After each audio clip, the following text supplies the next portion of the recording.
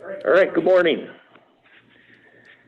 All right, we'll convene the meeting of the Dubuque County Board of Supervisors, Monday, August 17th, 10 a.m., originating from the board chambers at the courthouse and via Zoom. We'll go to the agenda. First item is a work session to discuss COVID-related issues, and this is where we have Patrice Lambert, our Director of the Dubuque County Health Department, give her report. So Patrice, I will turn it over to you. Is she on there, Dave? Patrice is not on. Oh, she's not on. Okay, what's all that feedback? All right, we'll come back to her. This person's on. Okay, let's go to Chris Kirsch for the Sunnycrest Administrator update. Good morning, everybody. Good morning, Good Chris. morning, Chris. Good morning. So in our level 1 quarantine, we have 7 residents. Those are residents that are new admissions or have returned from hospitalizations or emergency room visits. We have 1 in level 2 isolation. This resident went there on Saturday for low-grade temp and upper respiratory symptoms and was tested for COVID on Saturday. I do not have those resident results back yet. The temp remains within normal range or low grade as of this date. This resident is susceptible to upper respiratory infections, but we're just being cautious. The Iowa Department of Public Health did ease our restrictions on essential physician visits. Those residents no longer have to go into our level 1 isolation.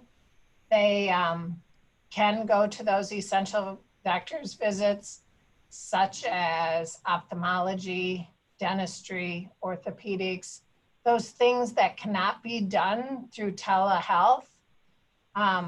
They do not have to go into our level 1 isolation. So it kind of eases up some of our bed availability in that area.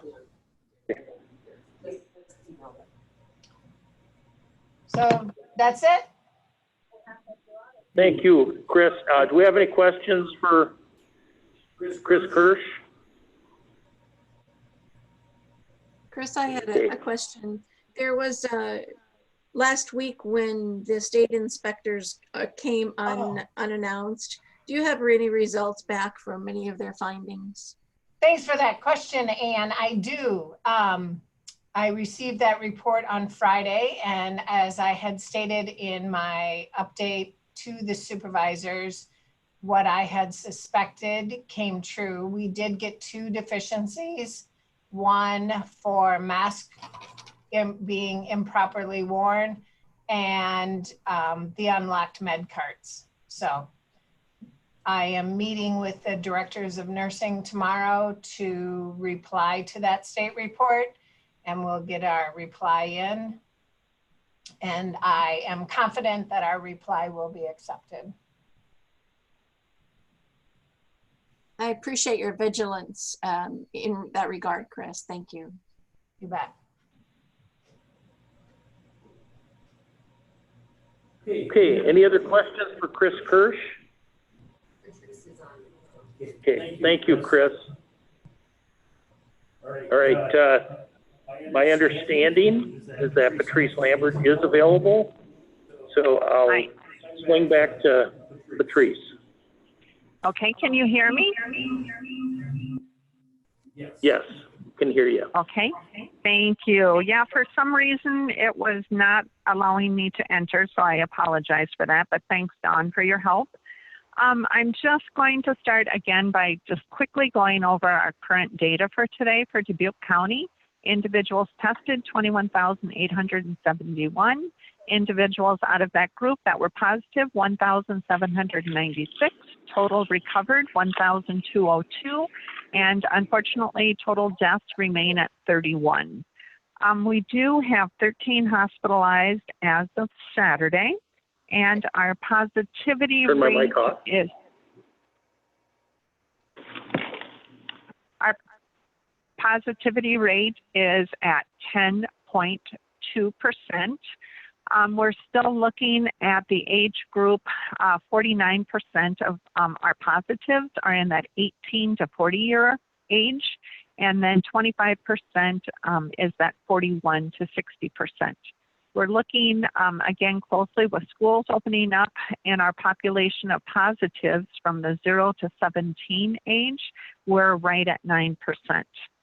So last week was a very, very, very busy week.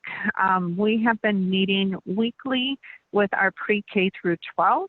We have shared our reopening school manual that was developed by the instant management team of Stacy Killian, Mary Rose, Tom Berger, and myself, with all of our 4 districts, school districts in Dubuque County with their reps last week. We have asked them to give us their input, and we'll be taking the draft off of that list for our weekly meeting that will be coming up here. We have also begun to develop a child care manual, and we'll be starting this week meeting with child care providers on a regular basis as well. And the same with higher ed. We did develop a manual for the higher ed as well. We have been meeting with the higher ed on a regular basis, and we will continue to do so. Also, we've been meeting on a weekly basis with our manager with our isolation shelter, reviewing all of that. We continue with our weekly meetings with our hospital instant management team. They have, this past week, they did say that their numbers did decline slightly. We also had asked them about any pediatric cases. We were wondering if indeed, which we hope it never happens, if we were to have a pediatric case that would be needing intensive care, they had informed us that more than likely those cases would be transferred out of Dubuque County.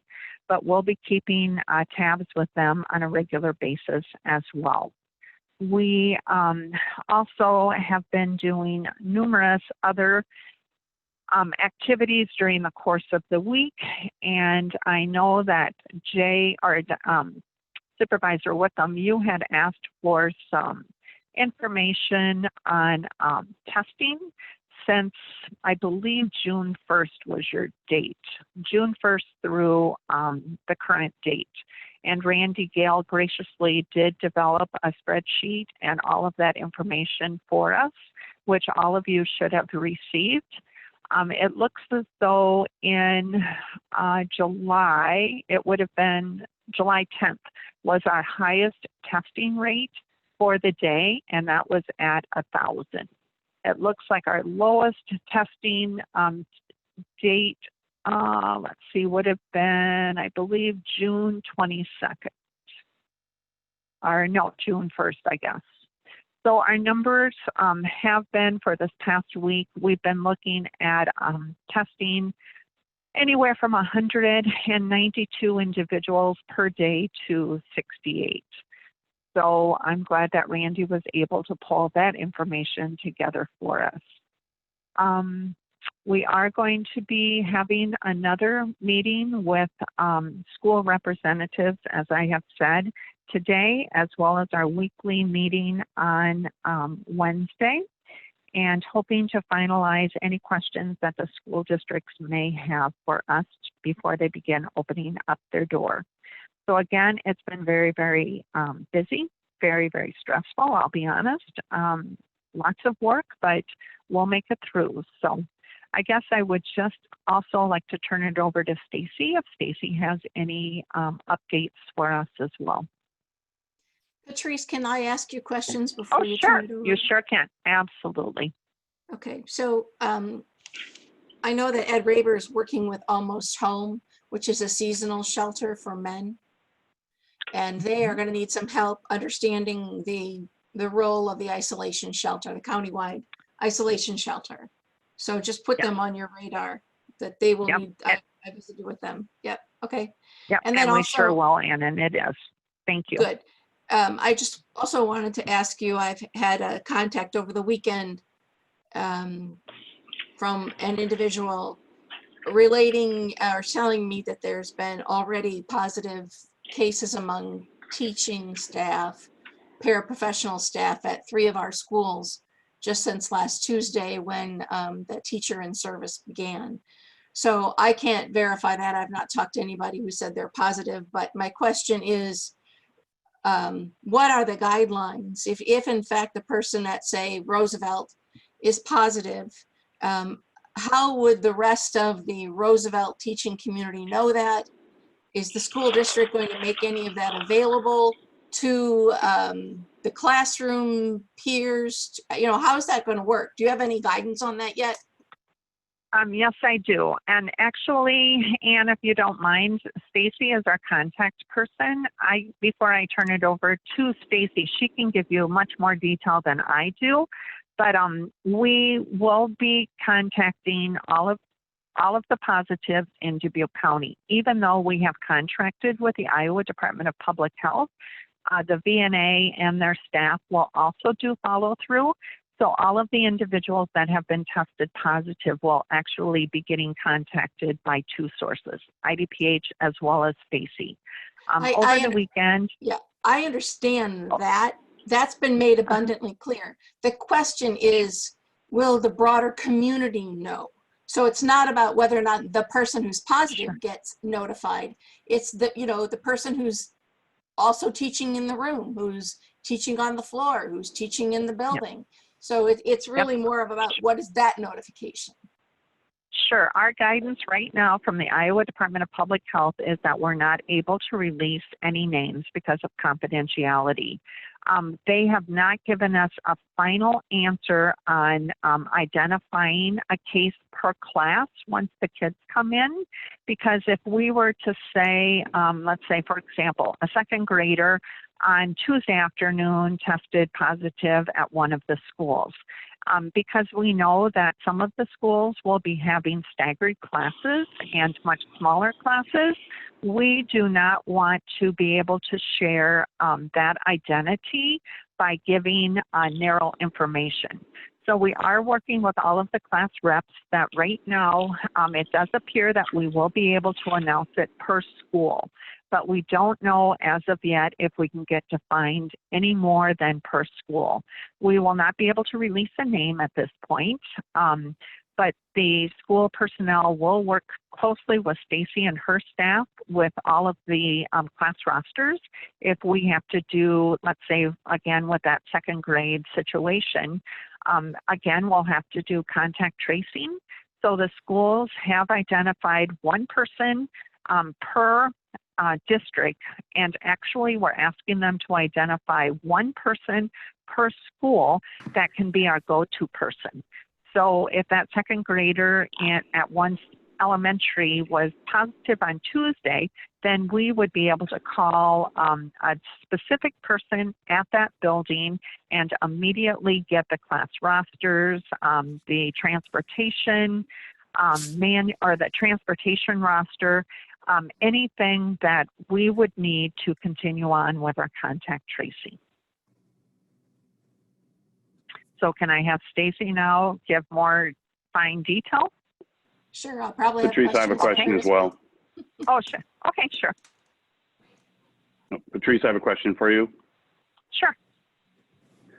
So when we're looking at the testing, and appreciate you and Randy Gale and others putting together the chart for us on a weekly basis, but basically if you look at the week of June 22nd to roughly July 20th, when the governor came in and changed the testing that Epic was doing, our testing whole numbers have been cut in half.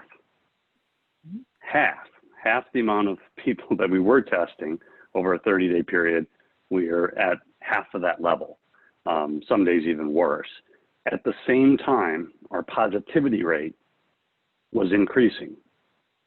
So my question is, what are we doing as a community, and what should we do as supervisors or Board of Health to get us back to higher levels of testing so we have a wider net to catch those that are positive, to identify those? Sure. And again, what we have been doing is we have been putting in our daily updates, Randy Gale has, all of our testing opportunities, such as Hardig Drug, Union Pharmacy, Test Iowa, and Kelly McMahon has made the appointments online now when people do complete that Test Iowa. So we do have, again, I think I shared with you last week that I did have an individual who had called me. They completed the Test Iowa survey. They were able to make their appointment. They went in, got tested, and they were back home all within 1 hour. And they did receive their test results within 29 hours. So we do have sites that are available through the Hardigs. I believe there's 3 actual sites with Hardigs, and Union Pharmacy has 1, and then with Test Iowa. And what we've also done with the incident management team is Stacy and her staff, through that contact tracing, we do have a healthcare provider that we are able to ask those the people that are contacted through the contact tracing if they have a healthcare provider that they can call to be tested in the office. If not, then Stacy and her staff have been making appointments over the phone for this one healthcare provider to go in and be tested. And that's what we're utilizing, our 2,000 collection kits from IDPH that they had sent us. So do you have any projections when, so thank you for that. But, sure, you know, we've been doing that for a series of weeks and the testing numbers are still not at the same level as they were. Are the testing levels, maybe I'll start with the basics, are the testing levels, the sheer number, something you and the incident management team are attempting to get up? Would you like to get back to where we were in June? Yes, and I was also just going to share too that through working with our higher education institutions, we are in the process of helping them establish their own testing on campus. The Iowa Department of Public Health has offered them a program very similar to Test Iowa, that if they have health services on their campus, that they can actually test students and staff that have any symptoms whatsoever. We did ask about all of the students that were coming that are not from Dubuque County and even out of state. You know, how would they be able then to access that survey and be allowed to be tested? And what IDPH has given us for a directive is that those students, if they're actually attending a college, should use the college's address. So that will then increase our numbers more than likely with the students that might be actually from another state, but they are now a resident of Dubuque County because they are attending college. What we're also trying to work with are the colleges that do not have health services on board. We are working, in fact, I had put in a couple of calls to IDPH last week. We do have a couple of colleges that would like to pair up with another college that is able to offer that testing. So we're trying to work through those details as well. So that would more than likely affect the testing for students that are not just from Dubuque County, but from other states, but also the staff at those colleges are primarily residents from Dubuque County and surrounding areas.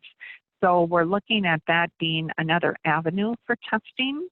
And through the Test Iowa, I seriously don't know what else we could do to increase testing at this point. And I do have to say Kelly McMahon has bent over backwards to increase her testing. And, you know, right now, I don't know what else we could do to help Kelly in increasing that even further.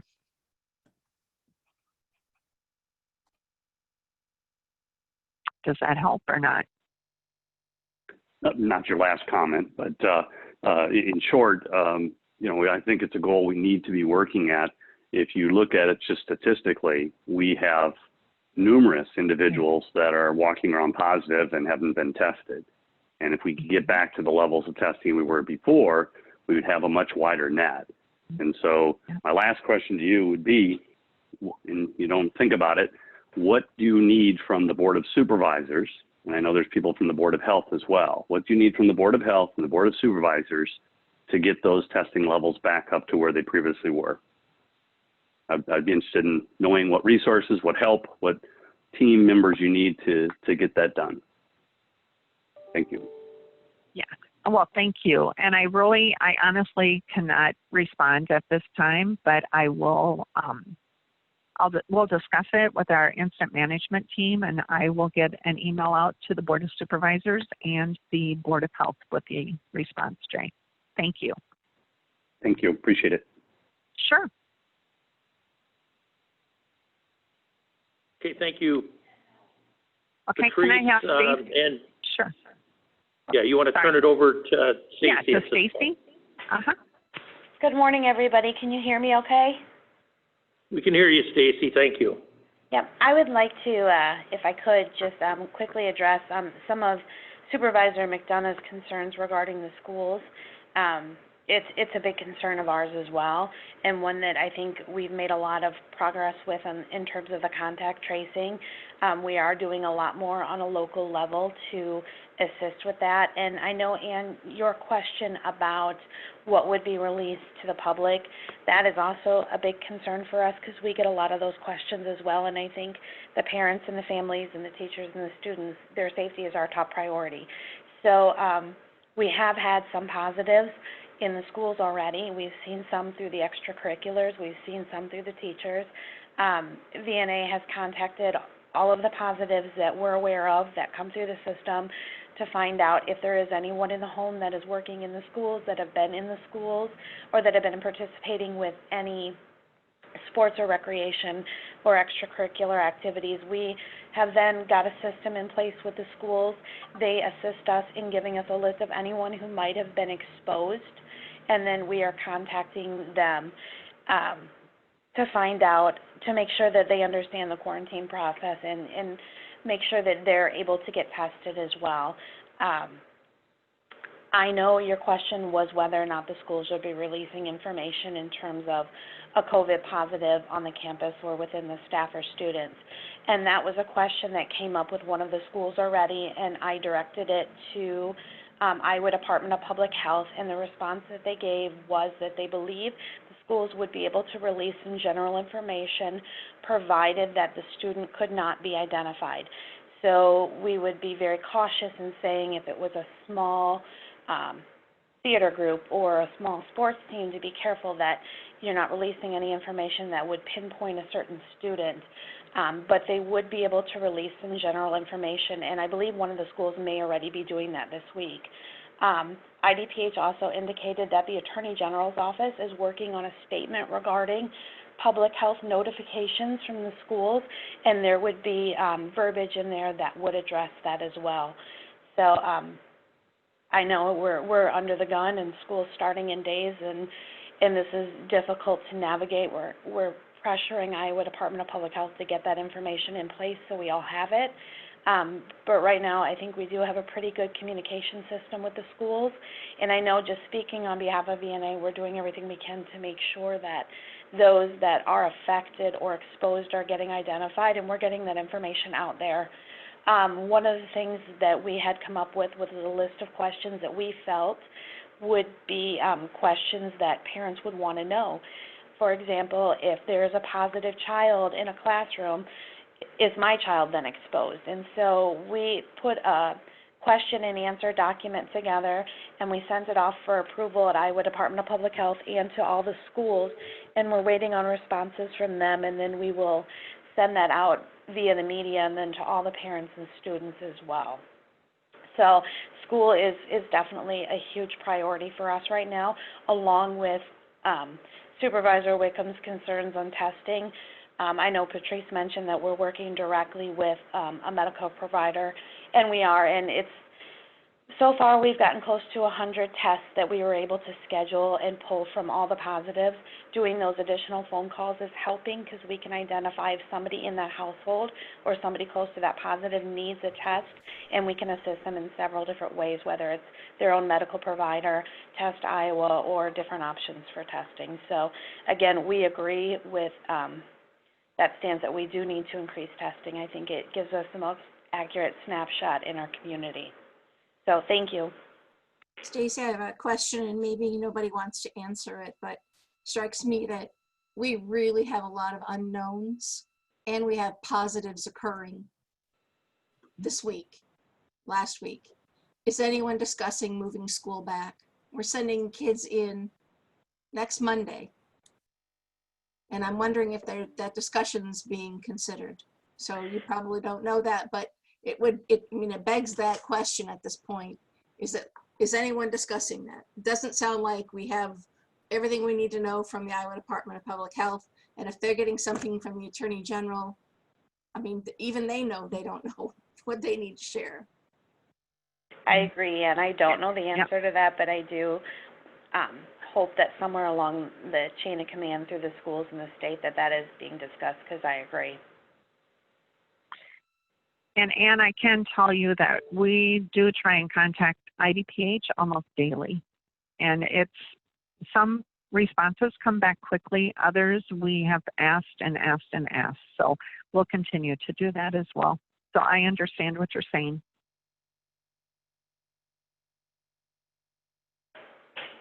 Okay, do we have any additional questions for Stacy Killian or Patrice Lambert? None for me. Okay, we will move on the agenda. Next up is the emergency management team update. We would go to Tom Berger for his update. Hey, Dave. Tom Berger. I met. There's probably supposed to be the incident management team update, and Patrice and Stacy already went through that, but I'll add a little bit on PPE and what we're working with the schools. The schools districts filled out for ID Department of Education a survey for PPE, so the state is going to give them an allocation. We anticipate that being delivered tomorrow, so then we'll get it out to the school districts right away. They're still working through the logistics of that, being District 6 in our area has been hit so hard with the derecho and the windstorm on last Monday. So we may be also helping some of the other counties in storing their PPE if they don't have time to unload it at this point. And then once they're ready for it, we'll either get it direct to their school district for them, or we'll get it into their area. So I'm working with the state on that this morning, how we can help them out there. So other than that, we did get another shipment in from the state of what we requested for some of the long-term care facilities that are still having trouble getting some short supply items, mainly the nitrile gloves, and the gowns are still an issue. So that's kind of the update from the resource management side of things. Okay, questions for Tom Berger? None for me. And Tom, on the gowns, so are we kind of in a holding pattern? Has the logistics supply chain caught up? At one point, it sounded like the public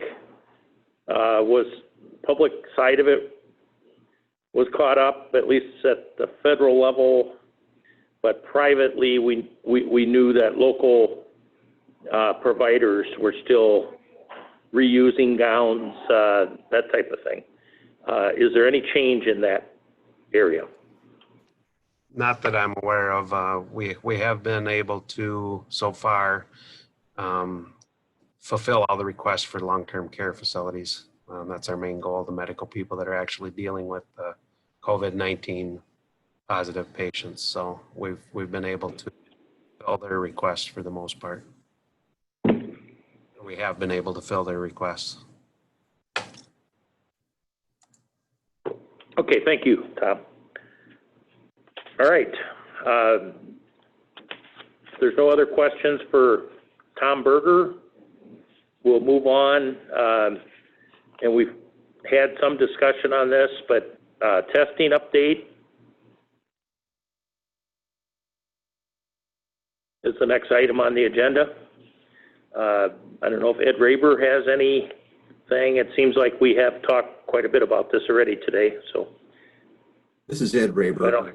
I don't have anything in addition to add to what's been presented today. I'm aware of all of the concerns that and have been in conversations about those, but I don't have anything to report in addition to what Stacy, Patrice, and Tom have already said. Okay, thank you. All right, any questions for Ed Raber? That we'll go to for our Board of Health update, Chairperson Tom Beschen. I will turn it over to Tom. Thank you, Chair Baker. You bet. Go ahead, Tom. Okay.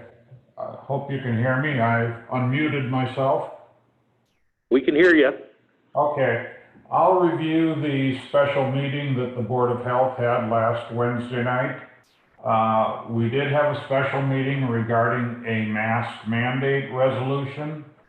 And upon guidance from the county attorney, we reviewed several questions.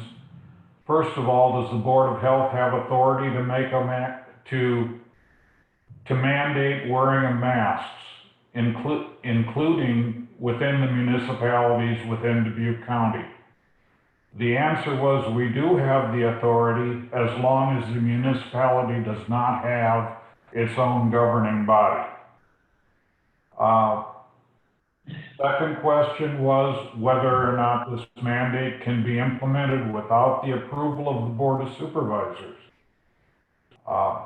County attorney response was the Board of Health can pass a resolution, but it will only become enforceable if the Board of Supervisors, in addition, if approved by the Board of Supervisors and published in the media generally circulated in Dubuque County.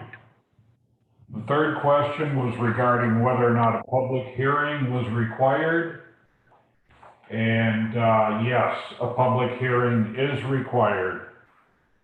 So basically the Board of Health had two options.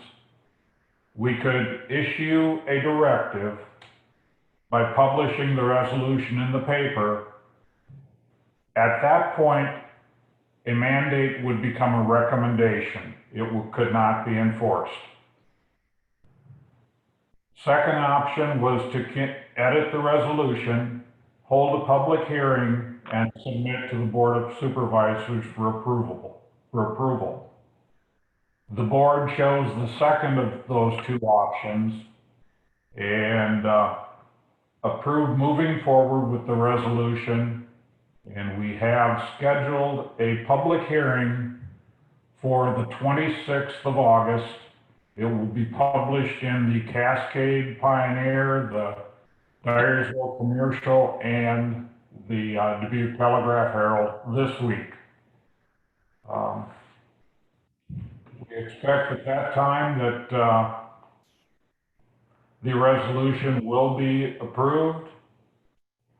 Well, we'll have the public hearing and then the board will deliberate on the resolution following the public hearing.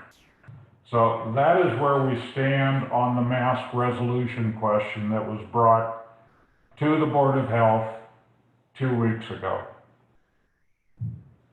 Any questions? Tom, Dave Baker, you had indicated that the mask resolution or mandate would cover municipalities within the county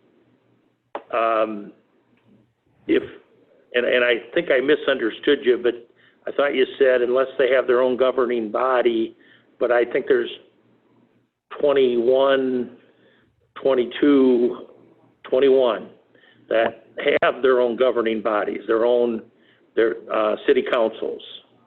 And so I'm a little unclear as to what that means. Okay, thank you, Dave. My understanding of that is that the governing body would be a Board of Health type body, not a city council. But we'll clarify that with CJ. Okay, and I see we have Diane Freiberger has commented in chat, says as long as the municipality does not have their own health department. So that would appear to answer that question, but I would certainly not want there to be any confusion over that. So, okay, thank you, Tom.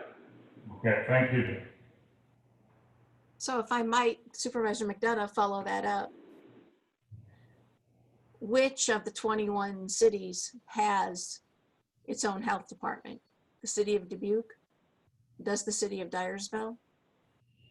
I'm not aware of any that do, other than possibly the city of Dubuque. So in my contacts with mayors and members of city councils, they really have asked us to stress that the Board of Health is taking action that will supersede their city councils, that it is for everyone. The only jurisdiction that the Board of Health does not have is the city of Dubuque. That's my understanding, Ann.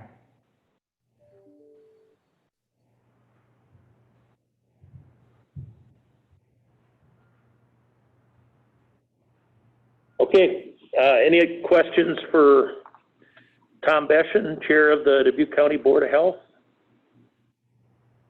You have any other reports, Tom? That is it, Dave.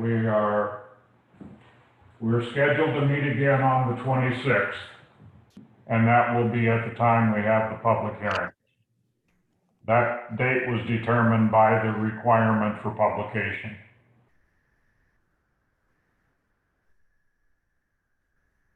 Okay, and just a general question, is there a meeting then on the 19th this week, this Wednesday? There is none scheduled. Okay, all right, thank you. You're welcome. Okay, any other questions for Tom Beschen, Chair of the Dubuque County Board of Health? Or this would be appropriate if other Board of Health members would like to comment? We can Chair unmute Baker, them. I have a question with regard to the public hearing on the 26th. I will be attending, but I don't know if there's any purpose to posting a notice from the supervisors that may be more than just I will be attending to listen. That's all I would be doing, obviously. But this is the public hearing on this matter at the time. So I think we three should decide if one is going or all going. I don't think there's any harm in issuing a public, a notice of the quorum being formed, or if we want to be there as a Board of Supervisors acting in a meeting capacity ourselves with no action on the agenda. We should probably, if we're not going to decide that today, then we should put that on our own agenda as an item for our next meeting to discuss, which would be Monday. We will be publishing our agenda at the end of this week. Right. Yeah, at this point, I don't know, Ann, if the question is if we want to do a joint meeting or whatever. I want the Board of Health, my opinion is I want the Board of Health to discuss this in their own arena And then at some point, it appears that the Board of Supervisors will be reviewing this. So I would like to allow the Board of Health members to have their own input and discussion. But if other Board of Supervisor members are going to be in listen mode, I don't think we need to do a quorum notice unless there's going to be discussion or deliberation. But we can check with CJ on that, and if that's the case.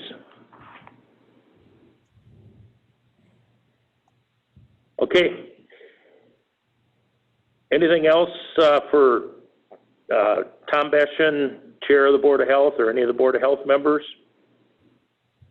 Not for me. Okay, thank you, Tom. Thank you. Okay, we're going to move on then. In the agenda here, item B is update from court administration regarding their reopening. Chair Baker, this is Dawn. Judge LaCar is going to provide that update, and I do not see her on the meeting yet. I don't know if you would like to come back to it once she's able to join the meeting. Okay. We will pass over item B. Go to item C. We have approved notice of public hearing for the magistrate courtroom. And for that, we will go to Christy Monk. I don't know if Chris Soder is available. Hi, everybody. And I didn't. I'm waving. I'm really small. Hello. Hi. I'm hoping that you received the notice of hearing.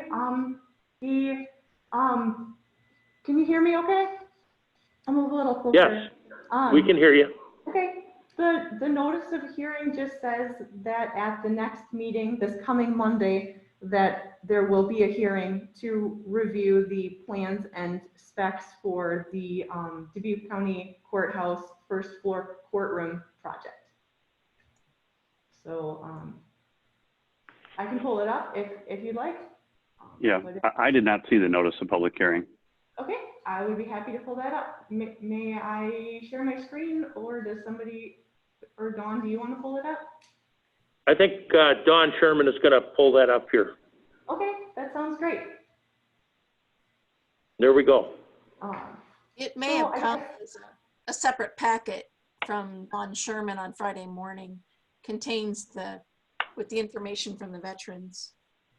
I think that's where it was contained. Oh, okay. They were combined. Gotcha. Yeah, we got 3 different sets of paperwork for this meeting. Oh, okay. Well, that's fun. This is just one page for the notice of hearing. It says that it will be at 5:30 this next Monday. And my only question about the notice is just whether we want to include anything about the meeting being virtual. But I imagine when the agenda comes out, it will have the call-in information. So I just said it's at 5:30 on Monday in the notice. Christy, can you remind me of the total cost? I could if I had the proper file with me. Do you mind holding on for a quick second? Well, I recall it to be about $123,000. For the courtroom, not that, the courtroom. Okay, I will be back in 1 minute. No, that's not necessary. Thank you. Okay. Yep. I will have that information for this coming Monday, or I can email it to you.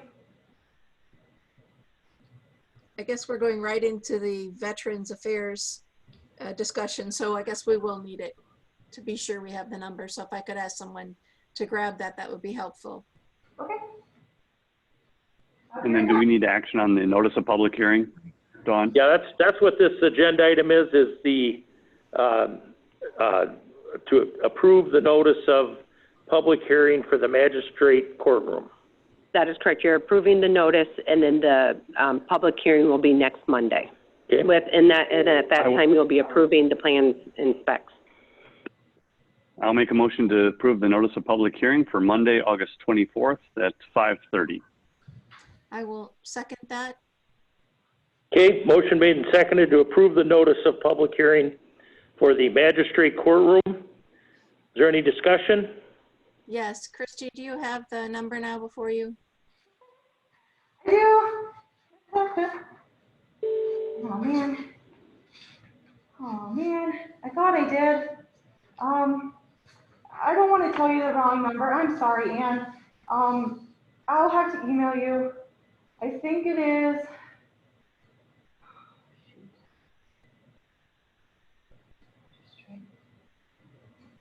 I think it's closer to $220,000 for the building construction cost, but I'll confirm and shoot you an email if that's okay.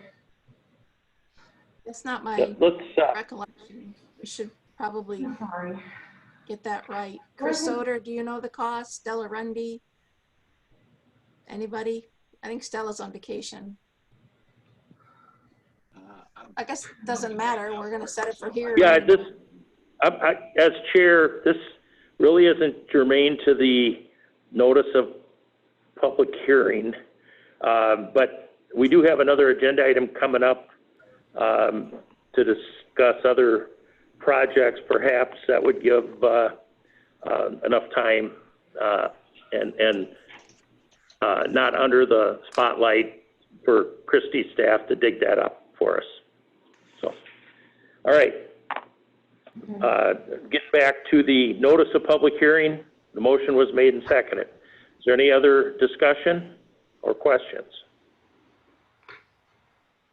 All in favor of approving the notice of public hearing, signify by saying aye. Aye. Aye. Aye. Carried 3-0. Okay. Thank you Okay. for that. So we do have Judge LaCar with us. So we'll go back to item B, update from court administration regarding their reopening.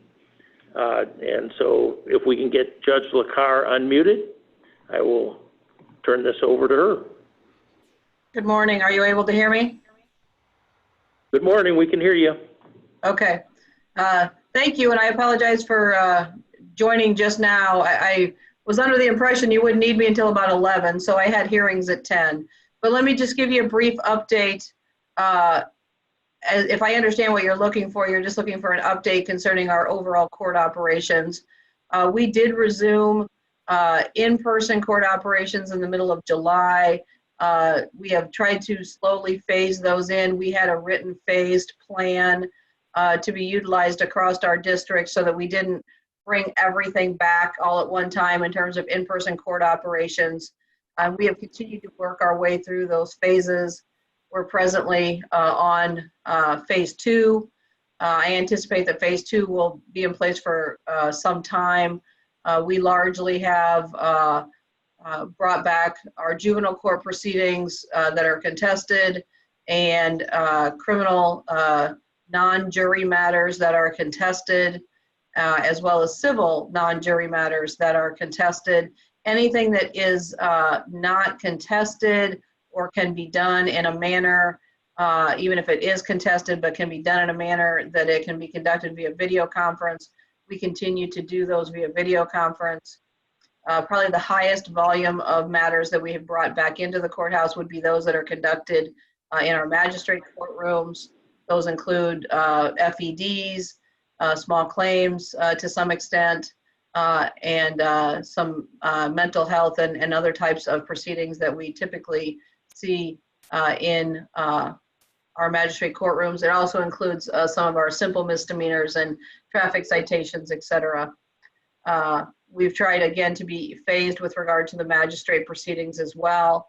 I know that they continue to do quite a bit in Dubuque via video conference for the magistrate proceedings. We also have used measures where we used to use what we call cattle call dockets. So we would, schedule 50 hearings to take place at 9 a.m. or 10 a.m. on a certain day, and we've discontinued the use of all cattle call dockets, and we have spaced those hearings out either every 15 minutes or across a greater portion of the day so that we don't have everyone coming in for purposes of hearings at the same time. I anticipate that we'll stay at this level of the type of traffic that you're presently seeing into your courthouse will stay at this same level into September. In the middle of September, September 13th, we are by Supreme Court order scheduled to resume jury trials. And again, that will be a measured response in terms of how we reinitiate jury trials into our courthouses. I would anticipate that given the size limitations in the Dubuque County Courthouse, that we'll only be able to try one jury trial per week. We have at times in the past tried more than one jury trial during a given week, but given the need for how we need to bring people in and out for those jury trials, we're probably only going to be able to do one per week for some period of time. Judge Schubert and Judge Hostegger spent some time putting together a protocol for how we're going to resume jury trials in Dubuque County. That includes staggering, bringing jury panel members in. You might recall that in the past, on the morning that a jury trial was scheduled to begin, we would bring everyone in all at one time. So you're looking at anywhere from 45 to 100 jurors, depending upon the nature of the case and how many jury members we brought in. Now, what we intend to do is to bring them in groups of approximately 15, staggered every 2 hours, and to conduct jury selection then with smaller pockets of jurors, so that we're not bringing that large influx of people into the courthouse, so that we're able to clean the courtroom space, so that we are limiting ourselves to just one courtroom for purposes of jury selection, so that the other courtrooms can continue to be used for the other things that we need to get caught up on in light of our congested dockets. So I think they have a great plan in place. It means that it'll take pretty much a day every time we pick a jury. Sometimes in the past we could pick a jury in a half a day, but by needing to stagger the people coming in, it may take an entire day to pick a jury, but we will have done it in a very socially responsible manner that allows for distancing and cleaning in between. So we feel very confident about our ability to resume jury trials in the middle of September, because we know we're going to be resuming those jury trials. We are keeping a hold then on our phasing in of other proceedings so that we can incorporate that into how we work and make sure that our staff and our courthouse facilities can deal with that increased traffic before we would bring other types of hearings back. So that phased process that I talked about for our non-jury proceedings will probably stay well through September, maybe even throughout the rest of the year, and we'll continue to do as much as we can via video and audio, just to keep non-contested matters or matters that can be done just via argument out of our courthouses. So that's our status. We do continue with regard to employees. My mandate to our judges is that they be in the courthouse when they need to be in the courthouse, but if they have a day where they have decision writing or a day when they have remote hearings and they can do those hearings from somewhere other than the courthouse, I have requested that they work outside of the courthouse. The same is true with our court reporters, again, just in an attempt to reduce traffic coming in. Our clerk's office staff is rotating half at a time. So every other week they're working in, and then every other week half of their people are working from home. And our court administration staff is also doing some rotation just to keep bodies out of the courthouse and allow us to maintain our social distancing in the spaces that we have. So that's my update. Okay, do we have any questions for Judge LaCar? Good morning, Judge LaCar. Supervisor McDonough, my main reason for asking you to come today, and I appreciate all your specifics, is generally, is there a feeling that the current the security measures that we're taking and what the Dubuque County supervisors, the procedures we put in place, are they satisfactory to you? And how do you think it's going generally in Dubuque County with regard to the court system? Yes, they are very adequate for us and for our needs, and we're very appreciative of all of the steps that you've taken. Dubuque County has always had dynamite security, the best in our district. I've never shied away from saying that, and that continues to be true. And because you have such great security, that has, I think, really helped us in dealing with many of the issues that have arisen as a result of COVID as well. But in terms of cleaning, in terms of facilities, in terms of your requirements in your specific building, they work fine for us. We have we continue to acquire through state court administration PPE for our folks, and we'll continue to source those items, whether it be masks or whether it be face shields. And in all other respects, the facilities are fine. Thank you. Okay, any other questions for Judge LaCar? None for me. All right, thank you, Judge LaCar. Thank you. All right, we'll move on to the next agenda item. Item D, work session with FEH representatives to discuss and approve concept design and conceptual budget for Veterans Affairs and Elections Office spaces. So I think we'll go back to Christy Monk for this. And, okay. Thank you, Dawn, for bringing up the packet. Do you, would we be able to start on page 3? Supervisors, you should have received the packet. I'm going to briefly take you through the process and give you a little bit of context on who I spoke with about what. So just a reminder, this is the conceptual design for the 2 Dubuque County departments, the Elections Annex and Veterans Affairs, to be placed potentially at the old Save-A-Lot space at Plaza 20. So the first thing that we did was we met with both groups. So we met with Randy at Veterans Affairs, and then we met with Jenny and Denise with the Elections Annex. So you're looking at the goals for success for the Veterans Affairs.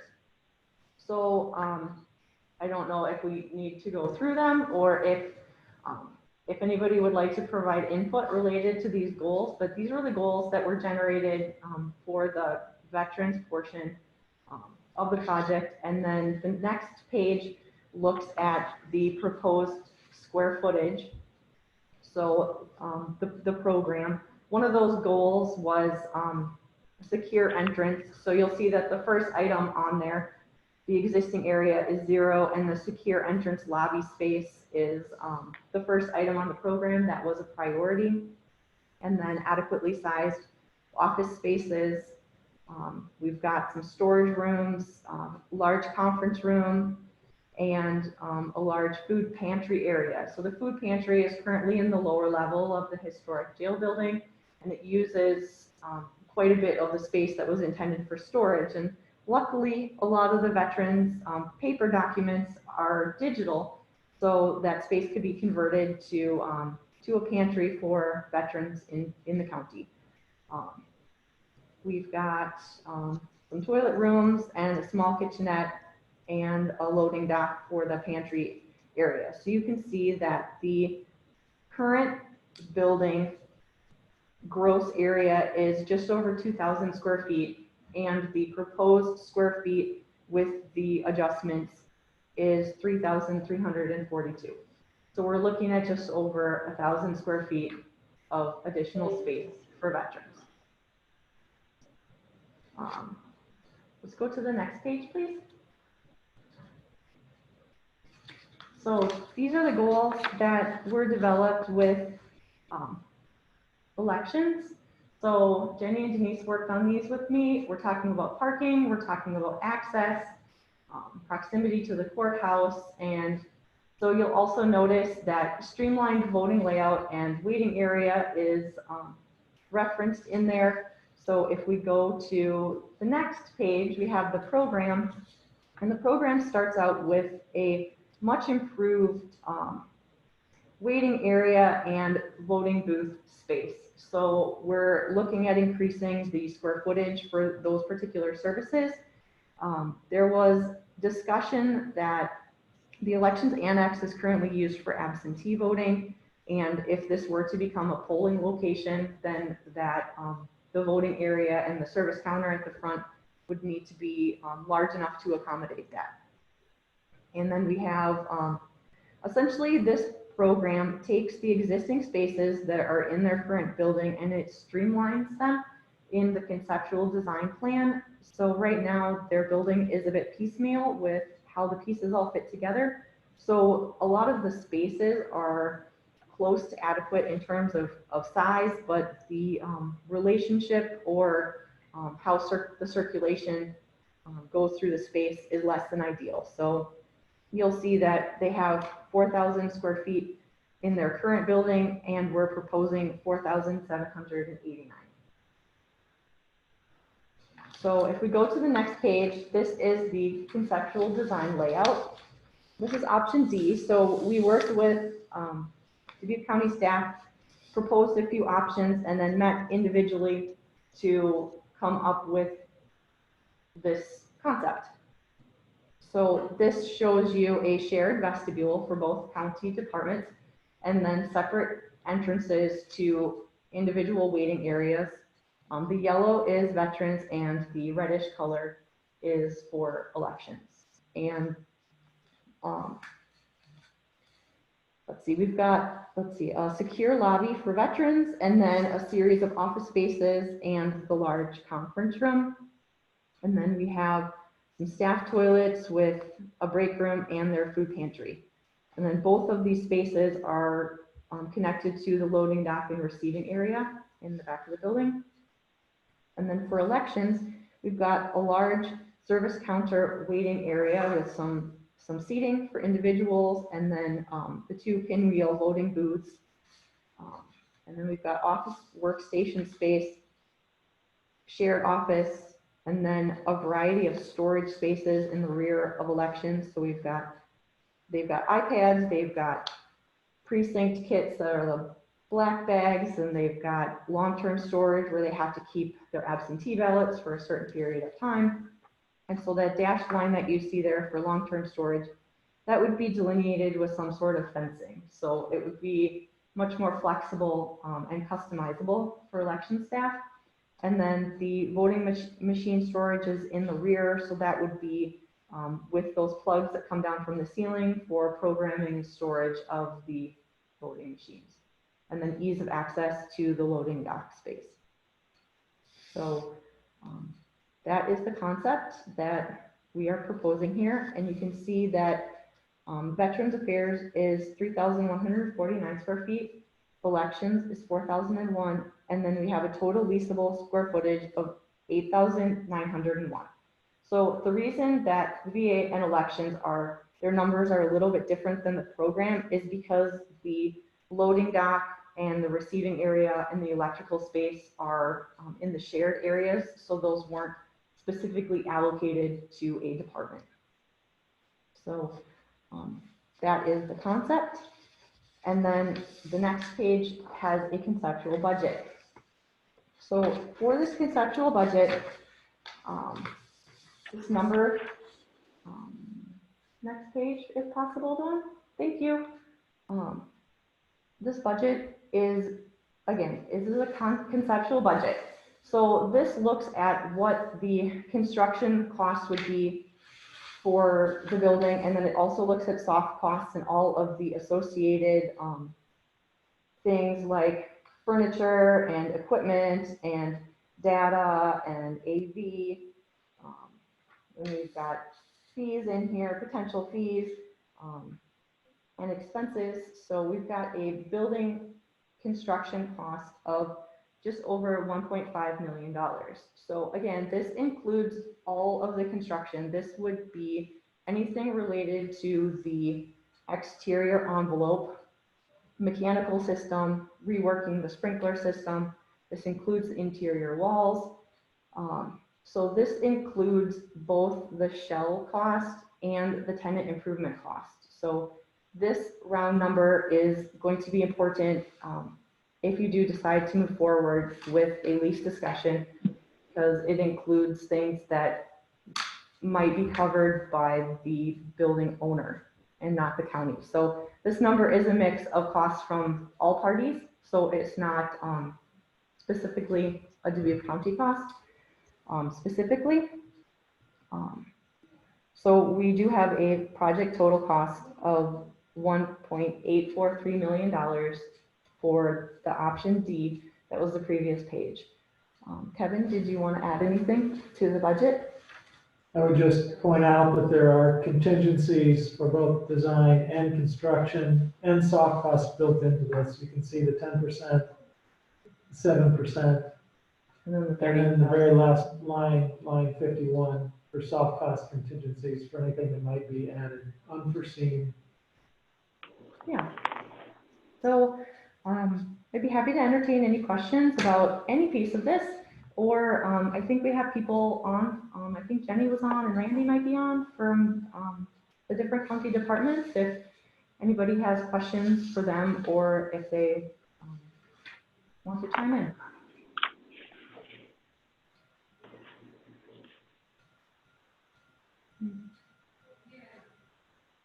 And you're back, Ian. I have a question, Christy. This is Dave Baker. I guess a couple. First, I think before we can, approve this, if that's the direction we're going, I think we need to have some discussion with the colleagues about the leasing, the cost of leasing and that type of thing. So, and I don't know if that's a separate process, if you'll be involved in that at all, or if that's something that we take care of administratively ourselves. Dave. I was anticipating that. Oh, Denise, but I will, while we're unmuting her, I will just mention that our effort, at least FEH's effort, is to get you to this point to then facilitate so that the county can have a discussion with Plaza 20. So approval of this does not mean that we're going to move forward and do any more design related to this and move into the next phase. Approval of this would mean that the information included in the packet is sufficient for a further kind of private discussion with the landlords to see what the lease terms would be. So I was not planning to be part of that, since that seemed like that was a private county to Plaza 20 discussion. I can be present if you would find it helpful, but at this point, we're providing you with the information generated. We can tweak it if there are questions or concerns about the content, and then the next step would be to have that discussion with the building owner. Okay, thank you. I did have a question. In the layout, there's numerous bathrooms, and I'm not aware of any other county facilities that have, I'm looking at the West Campus, for example. I don't believe there's any specific offices that have private bathrooms, at least I'm not aware that they do. I know the engineers has what they call a mud room, but I think that speaks for itself, so people can that are out in the field can wash their boots off when they come in, but there's no toilet facility. Was there any discussion given to sharing of bathrooms, conference rooms? Is that something that could still be discussed to try to bring the costs down? It is something that shouldn't be completely removed from the table, but when we did have our discussion so the first discussion with elections is that they only needed a bathroom for their staff, and that they were not, and then if a member of the public did need the bathroom, they could use the restroom in the back that was provided, but that a staff bathroom for that department would be acceptable. And then for veterans, since they do have the conference room, we have a public toilet shown off their secure lobby so that veterans can come in and that they would have use of that facility. And then we have private staff, individual staff bathrooms, one men's, one women's, or however you want to do that for staff. Okay, I'm just pointing out that it's unusual. You know, we just built the West Campus, and I think the bathrooms are nice, new. They're ADA accessible, and I think our staff does a good job in all our facilities keeping them clean. I'm just, you know, questioning whether, you know, if we try to, is there any, are there any reasons that we couldn't look at that, I guess, to try to save some money, save some space in this project? And could we also look at, is there a reason we couldn't look at common conference room and bathroom, or excuse me, break room? So that's, I'm trying to, I guess, if we can reduce the footprint and the you know, the lease, we wouldn't need as much square footage is my point. I don't know if this is the time to have that discussion, and I'm not being critical of the layout. I'm just asking questions. I like that you ask questions, Dave. I don't have a problem with the questions at all. This is just based on the individual conversations with, like, veterans would utilize a break room, whereas elections pretty much just wanted a fridge and no dedicated break room space. So at this point, we've kept things separate at the department's kind of general request, but that doesn't mean that it couldn't be considered to try to nudge things a little smaller. Yeah, but elections probably wouldn't utilize the conference room based on their needs. So I'm not sure that there's much benefit to share there. But maybe Denise or Jenny, if you think otherwise, you can chime in. It's more adding doors than it is space. Yeah, maybe add door cost. Okay, other questions for Christy and her team? Did we get Denise Dolan unmuted? Denise, did you want to weigh in here? I can. I didn't know if Randy wanted to go first or not. As an explanation for ours, when we were presented with the various options, the meeting with vets had already occurred. And so in some cases, we were just feeding off of the information that they had already provided to Christy. And they had conference room set up, really don't need. And then they also had the break room and 2 restrooms, et cetera. And our,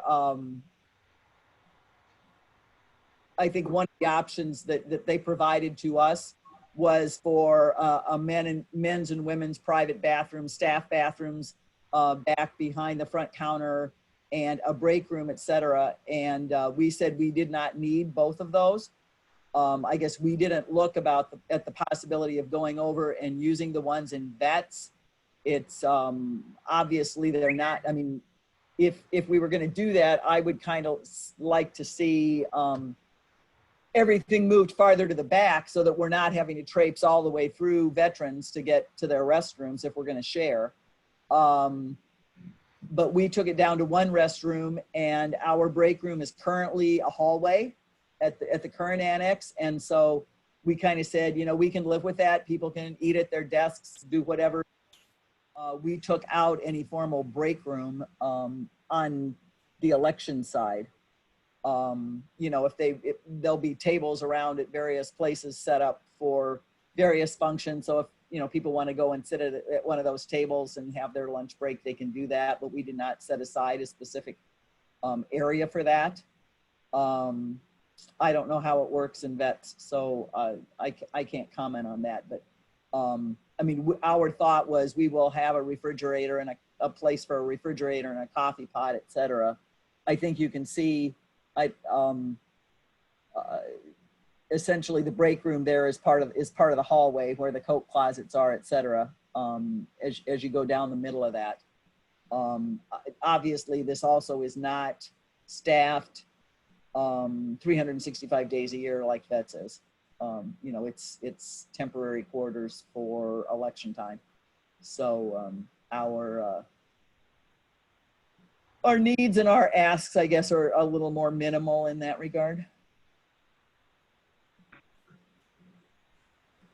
Okay, thank you, Denise. I would also comment that after I got my breath back from seeing the total cost, I guess my thought would be before we would move anywhere on these plans, that we would have some discussion with colleagues as to what the cost of leasing would be. I'd like to look at a total package before I say that we ought to move forward and spend taxpayer money on doing this. I agree, Denise. Good point. Okay, thank you, Denise. Okay, Do we have Randy Supervisor, Renison? Oh, could go I just ahead, ask Ann. right. You know, the question that I've asked before, and again, is does anyone have any idea how much the square footage is? Give me a range of what colleagues have charged. Does anybody know that? Not that I'm aware of. That's why I think that, I guess I had tried to suggest early on that while this process went on, there was some discussion with colleagues so that when you got this number, you would have a number from colleagues, but I don't believe that that was done. So no, I think we're flying blind, and I think we stop on this until we can get an idea of what the square footage cost is going to be. I mean, obviously there, as Christy said, there are costs included in this 1.8 includes HVAC, et cetera. Well, you know, if we have a 10-year lease, I think any HVAC we do is going to last longer than that. To me, that's a landlord's cost and ours. Is it going to increase our cost per square foot? Yeah, probably is. So yes, you know, what's the bare bottom cost now? And then you negotiate and say, well, if you do this, what's that going to add to it? Who's going to do this? Are we going to bid out the build out of this, or will colleagues do that? And what is the difference in cost there? I mean, there's various things to look at here before we proceed. I'd like to know if with FEH, how much has this concept design cost the county? We're just over $6,000 in our time spent thus far. So, but my colleagues should know that other real estate development companies have approached me and said they would pencil out designs for us and get us close at no charge. So, you know, if we're looking to move these two departments, there are other options than hiring design firms to spend, you know, significant amount of money, $6,000, $7,000 to get us to a $1.8 million project. So, you know, I don't know if in this to me looks like, you know, everybody's wishes. What's your wish? We don't use any of the electric, apparently that's already there. The electric cost on this is just under $300,000. We've punched windows through the walls, the exterior walls. You know, I guess I really need to hear from veterans if they still are at this price tag interested in spending any more money to explore this.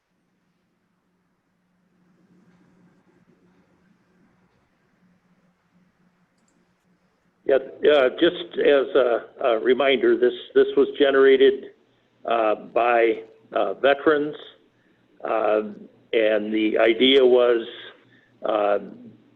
they were interested in a one-stop shop concept near the current Veterans Clinic. And so again, we've had the discussion about whether or not to spend the $6,000 or $7,000 because I think it was maximum $7,000. So sounds like it's $6,000. We have a layout. It sounds like that's not set in stone, but we have something to work with. Now we can talk to the colleagues and see if the one-stop shop type concept is possible. So this was generated by veterans, and you know, it was I think everybody would agree that having a at-grade entrance would be much preferable to our football field long ramp and dangerous steps on the front of our old jail. So this, again, this just didn't drop out of the sky. This was discussions with numerous veterans and veterans groups that are interested in this, and has the support of our Dubuque County Veterans Affairs Commission, unanimous support. So I agree that there needs to be further discussions. At least we have something to start with here. So any questions for Christy Monk? I haven't heard from Randy Renison. I am assuming he's on. Yep. Randy, did you want to comment? Well, I'm just, when Christy brought the original plans over, she also said that the election was not going to be there full time. So we kind of revamped everything. Since we're going to have like a secure entrance, that's why we put 2 bathrooms towards the back. That way we don't have to go all the way to the front. They then get buzzed in, or vice versa if a veteran comes in. I did send the blueprints and everything to the commissioners. All 3 are a go, and they are gonna just pretty much say it's up to you, the Board of Supervisors, if it's been approved or gonna keep moving. But all 3 commissioners already said that they wanna move forward with this plan. They've been approached by numerous veterans that it'd be a good location to move out there, and just, you know, get a footprint out there. That way veterans don't have to run all the way downtown or vice versa. And then also with John Murphy coming up with that digitalization of his records, we won't even have to call the recorder anymore. We can go right on online after he gives us the access code and everything to get most of the records, where it's going to just speed up the process for veterans. Hey, Randy, there was also another, I think this may have been your idea and the commissioners, but isn't it also your intention to expand the Veterans Food Pantry?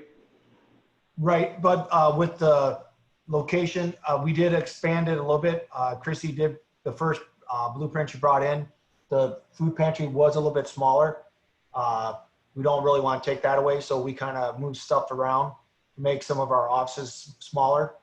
That way the food pantry does not lose its easy accessible that we have over here, where in between the freezers and the actual canned goods, the veteran can move a wheelchair or walk around pretty good. So Christy kind of worked with us to revamp the offices. So we took, you know, my staff and myself took, you know, said, you know, we'd rather give up our office space that way the veterans have more food pantry.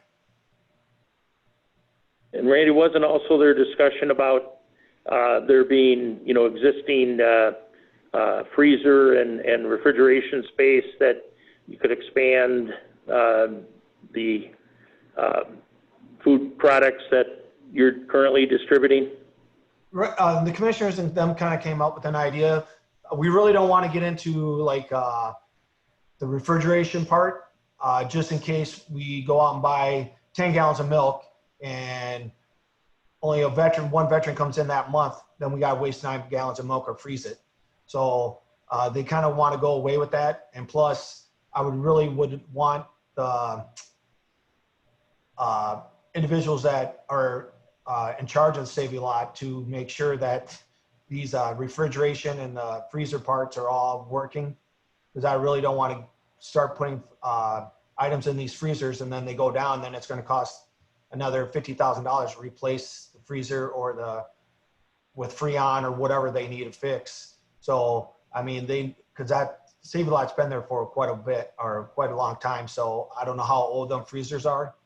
And I really don't want to risk putting our perishables in there with, you know, if the power goes off on the weekend, we come in and then the whole place is, you know, rotten, then we got to throw everything away. So, I mean, that was another thing me and Christy talked about, where we're going to kind of maybe take them out and just not even worry about them and just stick with our regular freezers that we have.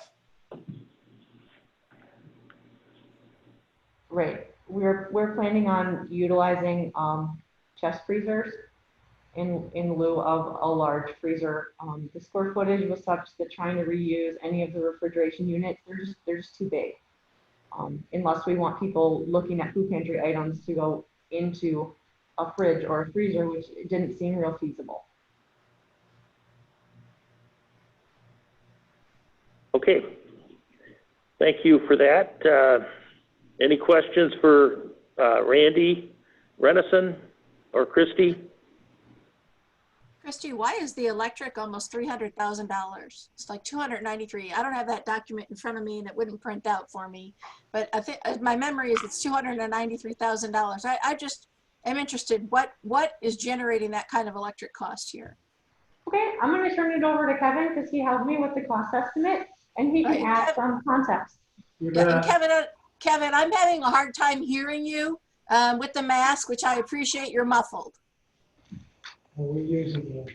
We're using this. Can you hear me better? Okay. I can. Okay, so we do have some detail that feeds into this number. The biggest single line item is the new lighting that would go in here. As you know, it's one big open space now. There are no interior walls in most of this, and we're creating all these individual spaces. The power over Ethernet for the lighting is the high cost item right now. And that's over $200,000 just for the power over Ethernet. And that is what we have heard from county maintenance staff that they want to use. If we're to use LED, we could save about $75,000 on the lighting. We just use LED instead of the power over Ethernet. Power over Ethernet is the lighting that was used at the office building though, and that's what is being converted at the courthouse. So the supervisors' chambers, that is power over Ethernet. Right. Just for some context. So the other things are related to removing the electrical and lighting that's there, providing new service and distribution panel and circuitry, of course, all the receptacles and the circuits themselves, and of course, modification for the fire alarm system and the telecommunications. So there is telecom fire alarm in that, but there's also separate line items for CCTV system and access control. And there's security and voice data. Does that help? Well, that's Any other questions? Well, that's clearly the answer to the electric question. I've done 2 build outs with my own company, and I don't have the power and the budget of the county. But my experience has been that, and I'm sure Supervisor Wickham will share his, but when you knock on the door, the landlord says, here's the keys, and you build it out yourself. It's all your cost. Part of these costs are shell costs. Right. So anything we're doing to the shell of the building and the main HVAC unit that's going to serve your portion of the building, those should be shell costs in the negotiations. So part of the 273,000 for 220,000 for mechanical HVAC, and the fire protection number should be shell costs. Maybe even plumbing. Yeah, It really does come down to the conversation that you do have with Plaza 20 in the negotiation on what would be considered a shell cost, because it does vary by tenant. But just a portion of that 1.5 would be shell costs. So it's not purely county costs that are being presented here. It's total project that then requires some negotiation. Yeah, it's probably the majority of line 6, the exterior enclosure, is probably shell costs. And then a percentage of plumbing, HVAC, and electrical would be part of the shell costs as well.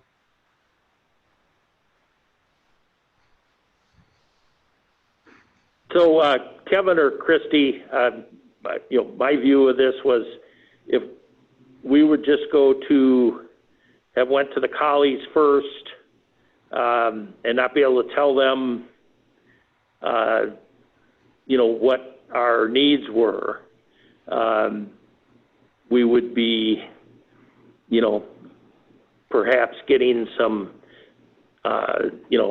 scenarios, having discussion on things that maybe weren't accurate. I believe for having something in place, even if it's a work in progress, even if we make changes, at least we have a starting point to have discussions with the colleagues. Now, if we decide that a one-stop shop type deal that the veterans are requesting is not what we want, I get that.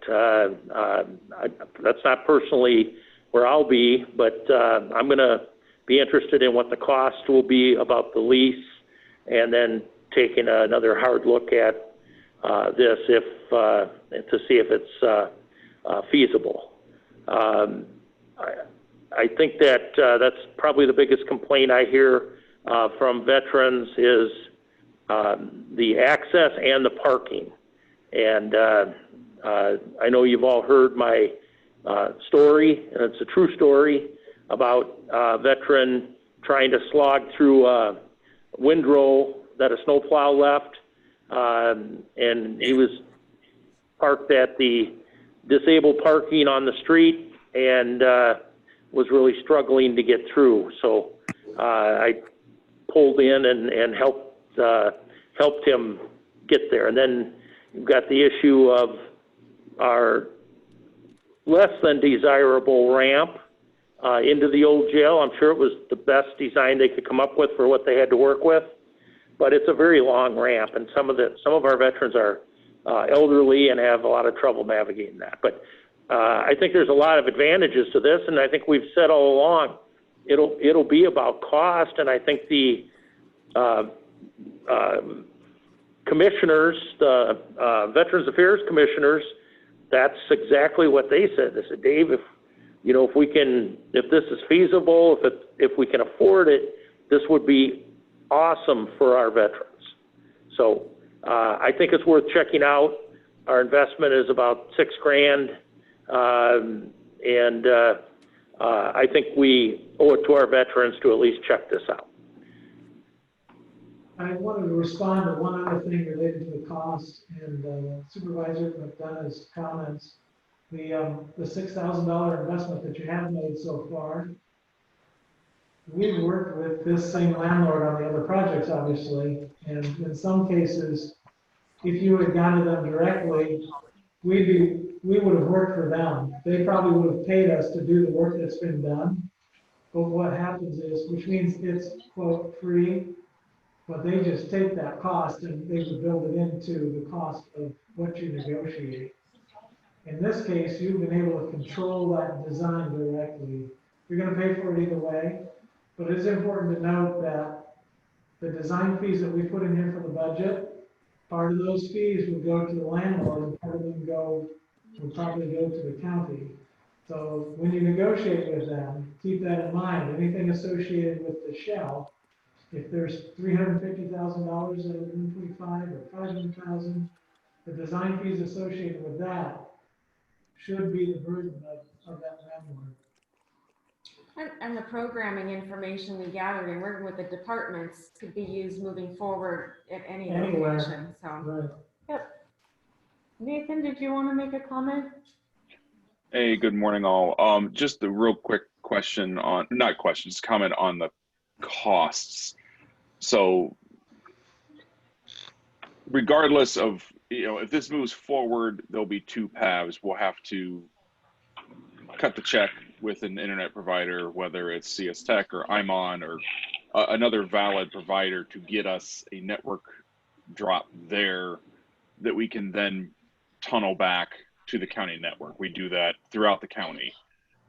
However, I would, in parallel to that, if this moves forward with urgency, I want to look at either having our own fiber put in or partnering with the city or finding some other path, because having our own fiber has numerous advantages. So if you're talking like a 10-year plan, that would make sense.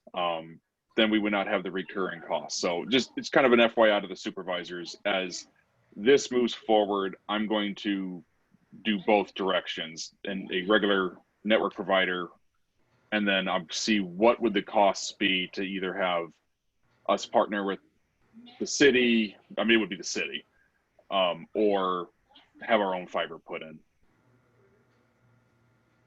And that budget includes $20,000 for the fiber connection.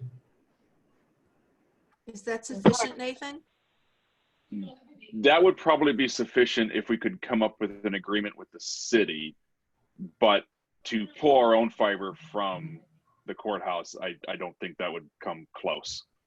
But I'll find out. I assume the city has fiber near there, but I don't want to overspeak and overpromise. I mean, it's their fiber and their systems are complicated. So, yeah. Nathan, I think you just volunteered to have that discussion. So I think the next step is to get with the owners of the Plaza 20 and have a discussion with our conceptual drawings in hand, and then I think there'll be a decision to be made down the road. But we're certainly not there, and I think everything obviously is on the table, and this is a concept at this point, and I think we'll put our team together and move forward and begin the discussions. I guess just so that folks are clear, I would agree with the auditor. I find this breathtaking. The number is breathtaking. And so I would not, at this point, I do not want to spend any more money on this project. The veterans moving to a one-stop shop is a great theory for all the reasons that everyone's described. But this project is tremendously too expensive, and we need to be able to look other ways. $1.8 million renovation to buildings we don't own, that's a nice step forward to looking at securing other facilities that we might purchase or that we might go a different direction. So, I can't make other land be next to the Veterans Health Center, but I can make ramps go away other places and make it have go from 145 square feet for the current food pantry to 345 square feet for the food pantry. That can be done at much less than $1.8 million. So, you know, I am not interested in spending additional funding on this at all. Okay. I guess if, because I would like to explore this and obviously not make a decision when we don't have, you know, a final design, or have even had discussion with the owners of the building. We obviously had two departments that are in less than desirable situations where they're located. I think the supervisors have been unanimous about not being big fans of where we're at with the elections annex. And I think if you did a poll in the community, you could probably get about 90% support on a, you know, on a nonpartisan basis. I think that has been a discussion for several years, and unless you think that the old jail is a great location for veterans to get in and out of, this at least has got that discussion started. So I think that, again, this was generated by veterans, and I'm interested in having the discussion. If we end up finding a different location through this, that's an improvement, you know, we'll look at that when that comes up, if this doesn't work out. So I guess if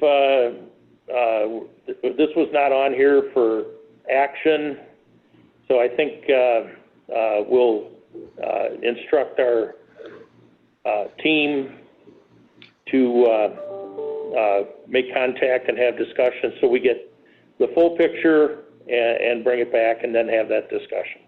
But Supervisor McDonough is not in favor of this. That's fine. That's her right. So, all right. Any other discussion on this?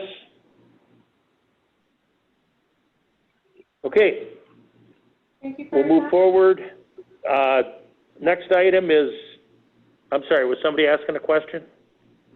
No, I just said thank you for your time, supervisors. This is Christy. Thank you.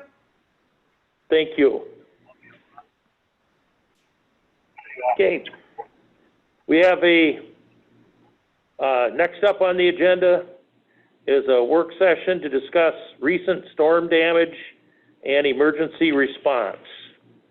I'm assuming that Tom Berger is gonna, oh, Supervisor McDonough, okay.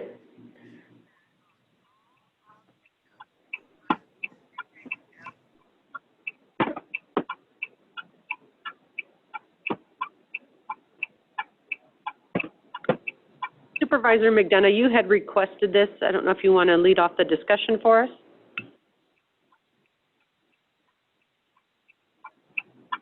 I'm sorry.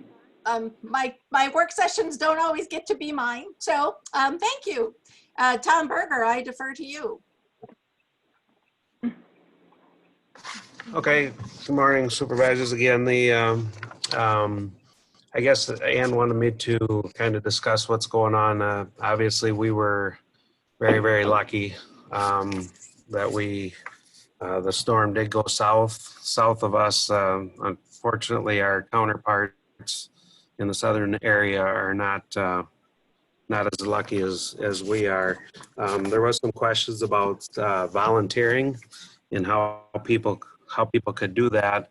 And, you know, we do want to caution against spontaneous volunteers. If people just go down and show up and want to help, that almost causes more of an issue for the locals, because they have to find food, they may have to find shelter, they may have to find water, they have to have tasks for them to do. At this point, how this works through the Web EOC, I'm in contact with the coordinators down in that area as one of the means of getting help to them. City of Dubuque has sent their sign crew as well as their traffic signals crew down to Cedar Rapids to help with them.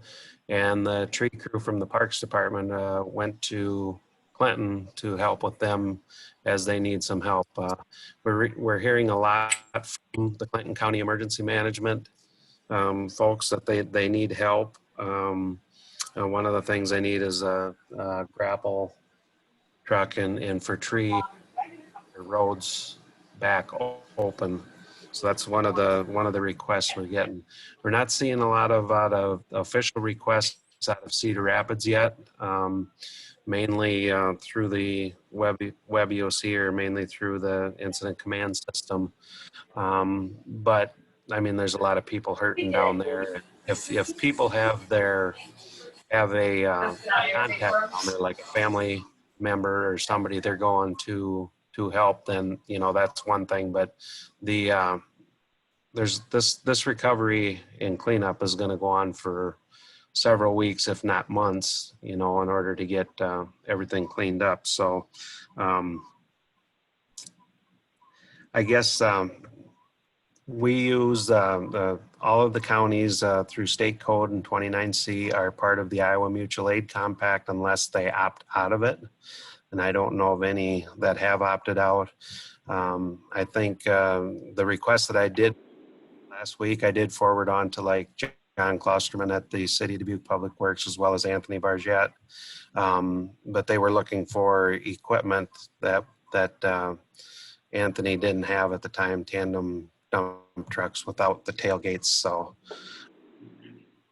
we are working to possibly the grapple loader that the county has that would be accepted down in the city of Clinton to help them. They're also looking for trucks. So that's kind of what I know on my end. Now there's a lot of, that's working through the EOC side of things. But obviously, just take for instance, city staff in Cedar, we're close with the city staff in Dubuque. So some of the arrangements may come through there, and then it's just kind of ratified through the EOC for legality or for that kind of purpose, so they can track all their resources coming in. So I guess that's kind of a brief overview, but go ahead, Ann. Right. Yeah. Tom, do you know the level of damage that Lynn County has sustained? I've, of course, reached out to my peers through that I know, I think, well, through the mental health region. I think 6 of those counties have been devastated. So I've reached out to those supervisors. Do you know the extent of the damage that the counties have like Lynn County? I have heard nothing back from Johnson County. Yeah, I think I see on our web EOC again is just where I'm getting the snapshot, that some of the resources from Johnson County are going up to Lynn County. So okay, that's good. County was devastated, obviously. If you heard any of the news conferences, it's a disaster they've had, even worse than the 2008 floods. So that's very significant.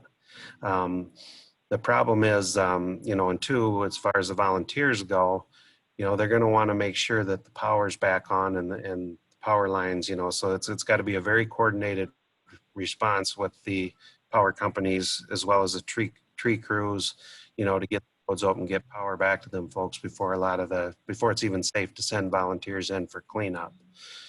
So really what they're looking at now, or what I've been seeing, is the kind of the specialized people that are trained and educated and able to operate chainsaws and the sign crews to get the traffic signals working again.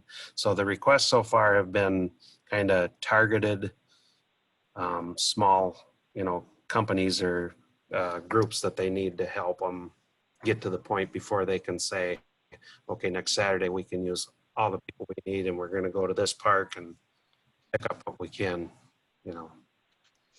Would there ever be a time where your office would coordinate volunteers from Dubuque to go down? It's possible. What'll happen is usually the locals, and I'm sure they're working on this, and I I did reach out this morning to see if they have a volunteer reception center set up. And that's where you kind of coordinate all them people that want to help, you know, because it's important to know what kind of job they're going to do. You got to have a task for them, and then they got to be dressed for the task. I mean, a lot of times you can load up the school buses with kids, but if they're there in shorts and flip-flops and sandals, then they're not really dressed or safe to do the job. So through that volunteer reception center, they will set that up at a place that's unaffected. So probably like a high school where, you know, there'd be parking, and then the volunteers would go there, get assigned with a group leader from the local area. They'd be assigned tasks on what they need to do, go do that, and it'd all be accountable, you know, because this would be huge for their volunteer hours for, you know, FEMA reimbursement, the local share. So, but as of yet, I have not heard if they're doing that. Now, there's some businesses that saying, hey, you know, come on down, you know, you'll see some on Facebook, and really that's kind of beyond what the government does. But I mean, coordinating that, you know, people and family members, you know, if they have tasks to go help family members, that's the call for spontaneous volunteers is probably not, I imagine it's close, but I have not received any official word from Lynn County EMA as to where that is yet. And that might be something that would also be through the United Way or the 211 too, where they're 211 service, where they're taking names and numbers, and that's kind of where they could look for help. The local people could look for help, and then you can take that and assign work groups to that. I know Operation New View is collecting, you know, just doing their Facebook page and their shout out to us as board members. They are merging with HACAP, which is situated in Hiawatha, Marion, so coordinating that way. But I appreciate your work getting ready for just letting us know how we can intersect. We do have a lot of spontaneous volunteers rushing down to Cedar Rapids, and I don't think folks understand that there's a need for a coordinated response from emergency management. So if you hear of a volunteer reception center, that is, you know, where we want to, you know, and my offer of help to Lynn County supervisors was met with a thank you very much, and that's it. Right. So, you know, they're not I quite think, ready. yeah, I think they're still pretty well overwhelmed, you know, with everything that's going on with the trees down the roads they have closed, and still the lack of power. I mean, obviously their number one thing is to get power back to everybody, to make it safe. And then I'm sure, like I said, it's going to go well into the fall that they're going to be needing help picking up at parks and need that spontaneous volunteers. But yeah, for people to, you know, if they got donated items or whatever, you know, make sure you have a place for it. Just don't load a semi full of stuff and take it down there. And, you know, after a disaster like this, you want to make sure that you tell people now's not the time to clean out your garage and take everything down, you know, because if it's stuff that people don't need, then the local government ends up dealing with all that debris. Just a quick one, like Hurricane Katrina, where they said they needed clothes, so they got all these clothes, and at the end of the time they couldn't use it, so they ended up burning just piles of clothes to get rid of them. So I mean, you got to make sure that the local government and the people, or there's a place for the donations to go to, that the donations that you're sending are needed, and that it's, you know, coordinated.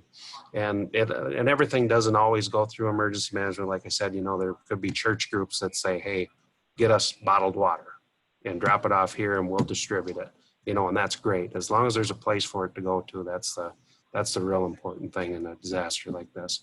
And also, you know, a lot of the emphasis is on the larger counties like Lynn County, but we are seeing that Cedar County, some of the smaller counties where we can really make an impact. And that's where I'm seeing a little more of the requests, like Clinton County really has some damage, and they're reaching out for assistance. So, you know, it might be where Lynn County, because that's where the news media is outletted, that, you know, people are thinking Lynn County and Cedar Rapids, but we're going to check with their smaller county neighbors as well.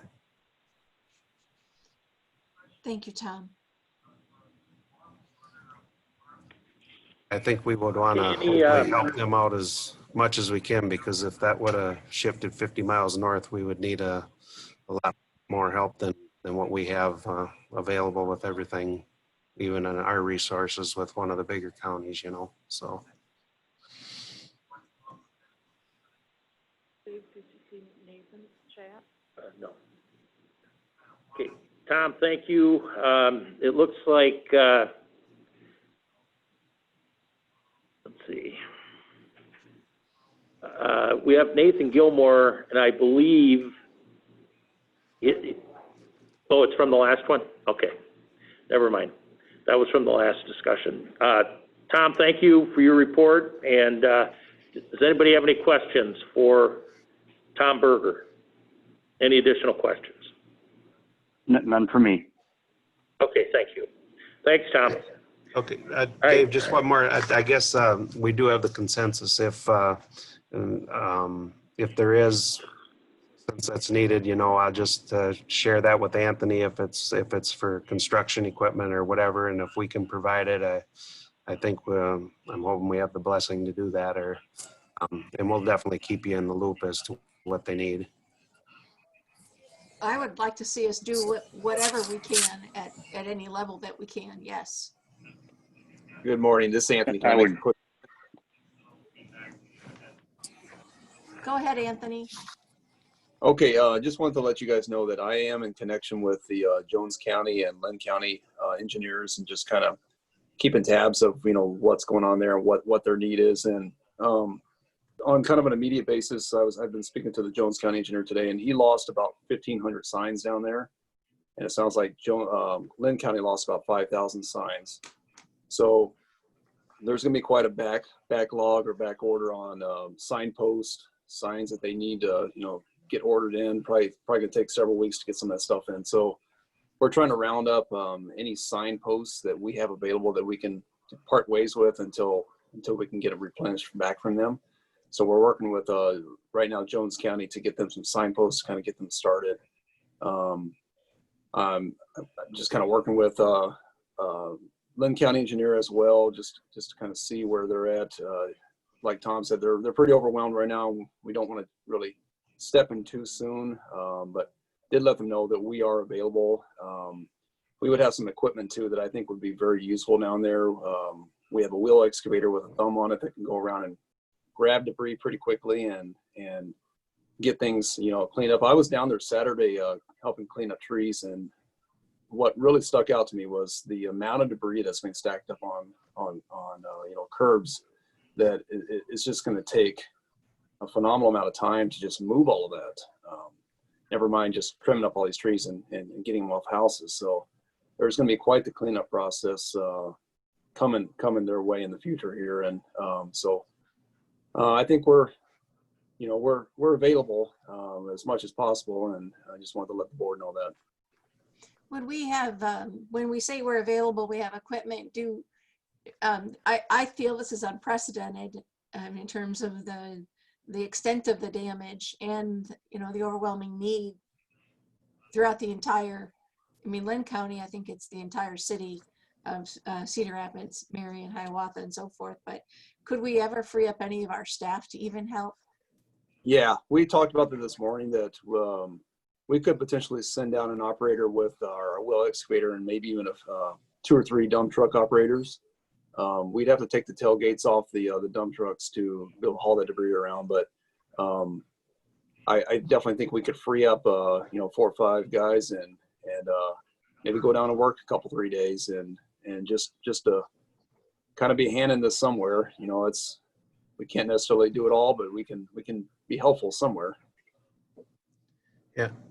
Anthony, this is Tom Berger again, and just so the supervisors know, it's kind of just like going into the COVID. It's obvious it's going to be a major presidential declaration. So how it normally works is when they request a piece of equipment, we usually send staff or a operator with it, and and then just track that expense, because then what'll happen is when we get into that phase where it comes the FEMA declaration, we would send that statement to whatever county you're working in, and then they would in turn turn that into FEMA as contracted mutual aid, and then the county could be reimbursed for their services as long as it's done through the IMAC, the Iowa Mutual Aid Compact. So it's important.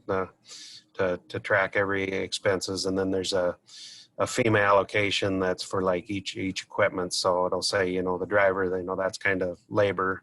That's obvious, but they give you X amount of dollars for each piece of equipment you're working with. So it's important to track that right away before we send anybody. Tom, is your channels, are they discussing with you on where to send equipment to, basically a mobilization spot to, you know, kind of get the information we need and go from there, or where to fuel up at? There's just, you know, there's a lot of things that would be kind of unanswered right now. I mean, we could send guys down there, but we need to know kind of, you know, where would our base be and where would we go from there?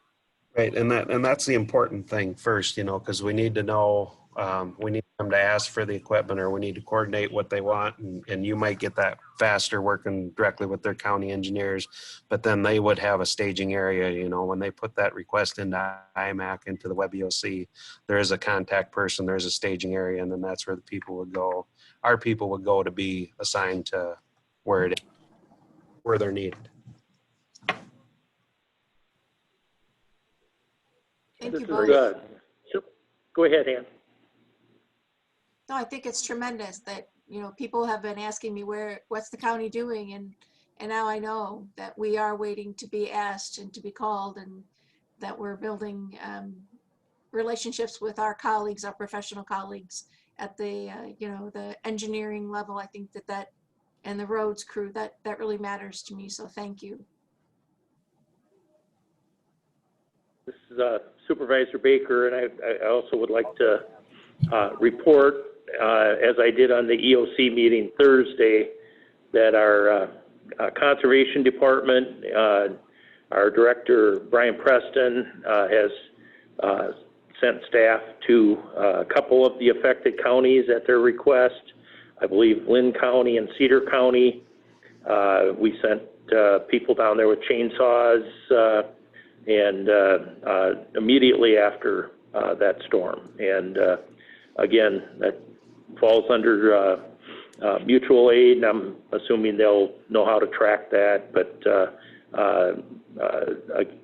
kudos to Brian Preston and Anthony, because this is an area we can help our fellow Iowa citizens and counties in need.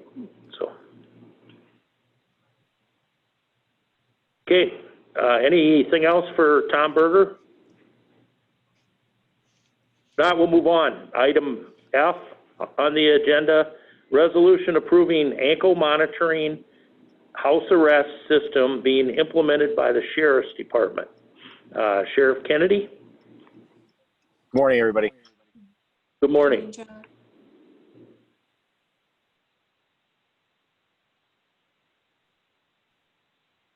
How are you? Okay, you? we have a resolution. Did you want to give us the background, Sheriff Kennedy? Yeah, can you guys hear me? Yes, we can hear you. Yes. Okay, sounds good. Okay, so in order to find ways to not only help us reduce the jail population in the future, but also maybe better serve some of these individuals who in particular have like medical conditions or just have sentences where they're nonviolent offenders and would be better served outside in the community where they can maintain their employment, maintain their responsibilities to their families. You know, we reached out to a company that does ankle monitoring. And this contract that you're presented with is a result of that communication.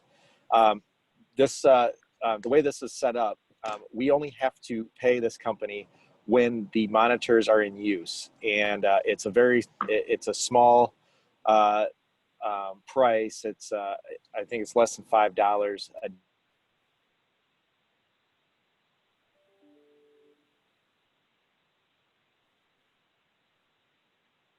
I cannot hear Sheriff Joe. We may have lost Sheriff Kennedy.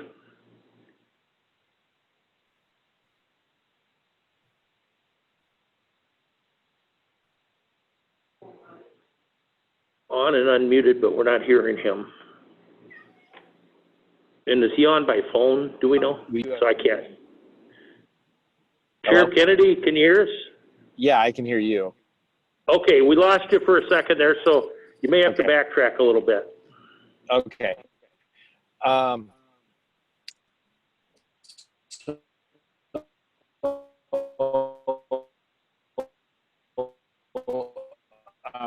You must be at Swiss Valley.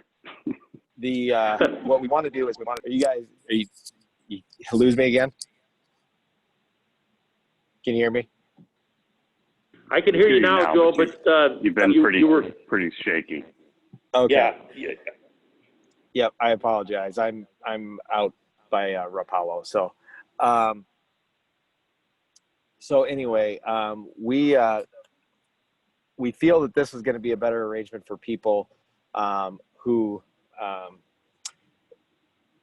have medical conditions or employment or just a better arrangement all around for helping us reduce numbers in the jail. So it doesn't cost the county anything up front.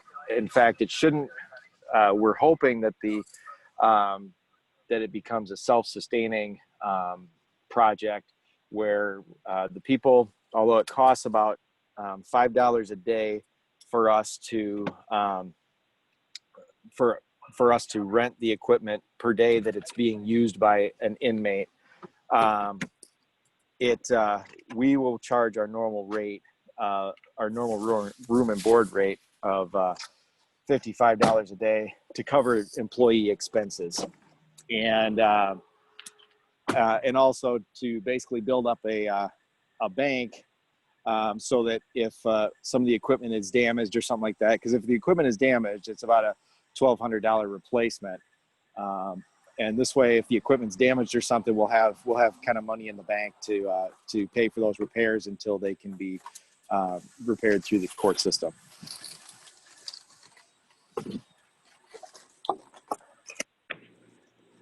Okay. Questions for Sheriff Kennedy? You're gonna be on mute more time.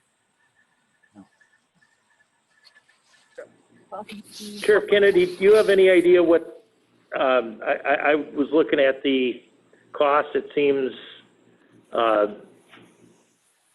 like you said, it was under $5 per unit per day, $4.50 if it's 1 through 25. But they have different scales. How many people do you estimate we would be, that would be using this? And then do we have like an overall cost? And then is this strictly a COVID thing, or is this something that you would be looking at going forward? So we do not intend this to be just a short-term thing. We got into this agreement thinking this would be a good thing moving forward for the future of Dubuque County in corrections. As far as the rates, we will be in the 1 to 25. I don't anticipate that it will be any more people on that at a time than 25. In fact, we were thinking that probably a dozen would probably be about the max. So, but I know one question that is often brought up is, what about people who are pre-sentence? Pre-sentence individuals, unless they were ordered by a judge because of certain medical conditions, probably would at first, at the outset, we're just trying to get this going with people who are sentenced.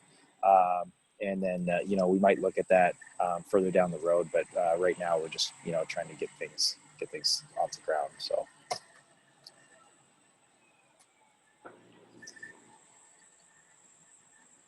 Okay.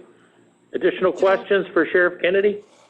Sheriff Kennedy, when you and I spoke about this, you indicated that this was going to go, we would be, of course, approving, the finances for your decision, but you intend to be working obviously with the judges before you implement this, that there are some other folks that have to be ready to do this as well. Is that correct? Yeah, that's correct. I mean, we're not the only people involved in this, and we have, asked for their input, and they initial input is everybody seems to be on board, and we're just kind of waiting to see where the program takes us.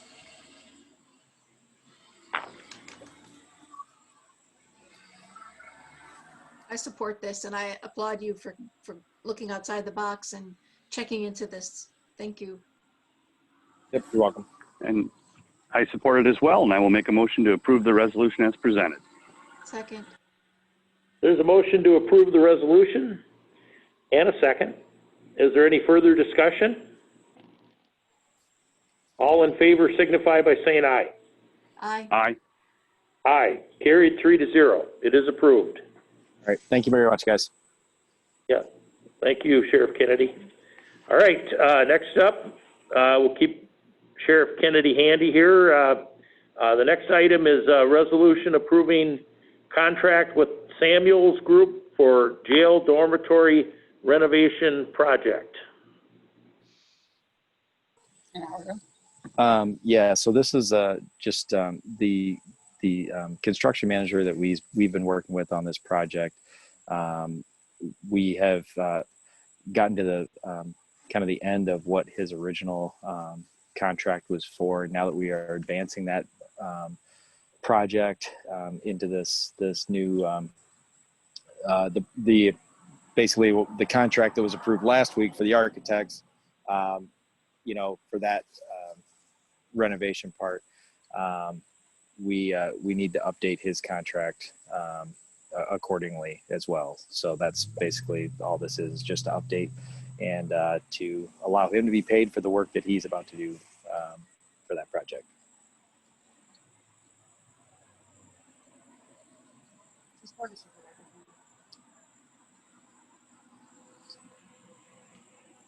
Sheriff Kennedy, this is, if am I not mistaken, this is the improvement project for the jail dormitory renovation project. So this isn't, these aren't administrative. This is this includes administrative fees, but this is for the actual project. Is that not correct? $700,000?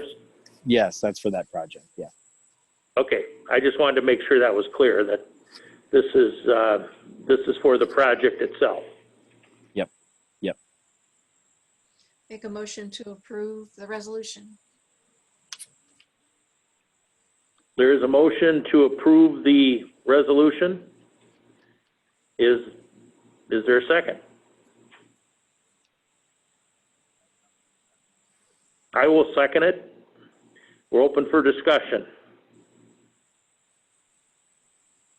Okay.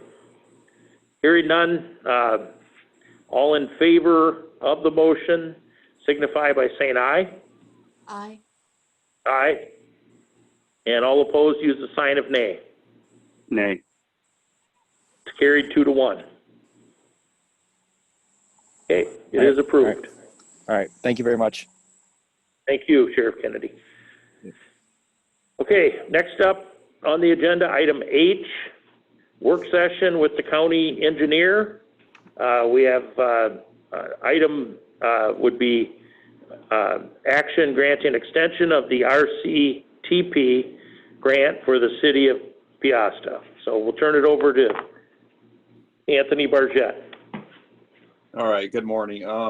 So I've spoken with City of Piasta City Manager Whitney Bathke about requesting an extension of their, I think it's a fiscal year 20 RCTP grant. So I see Whitney's on the call here, so if we can unmute her and let her kind of explain what she's requesting here. Yes. She is on mute there.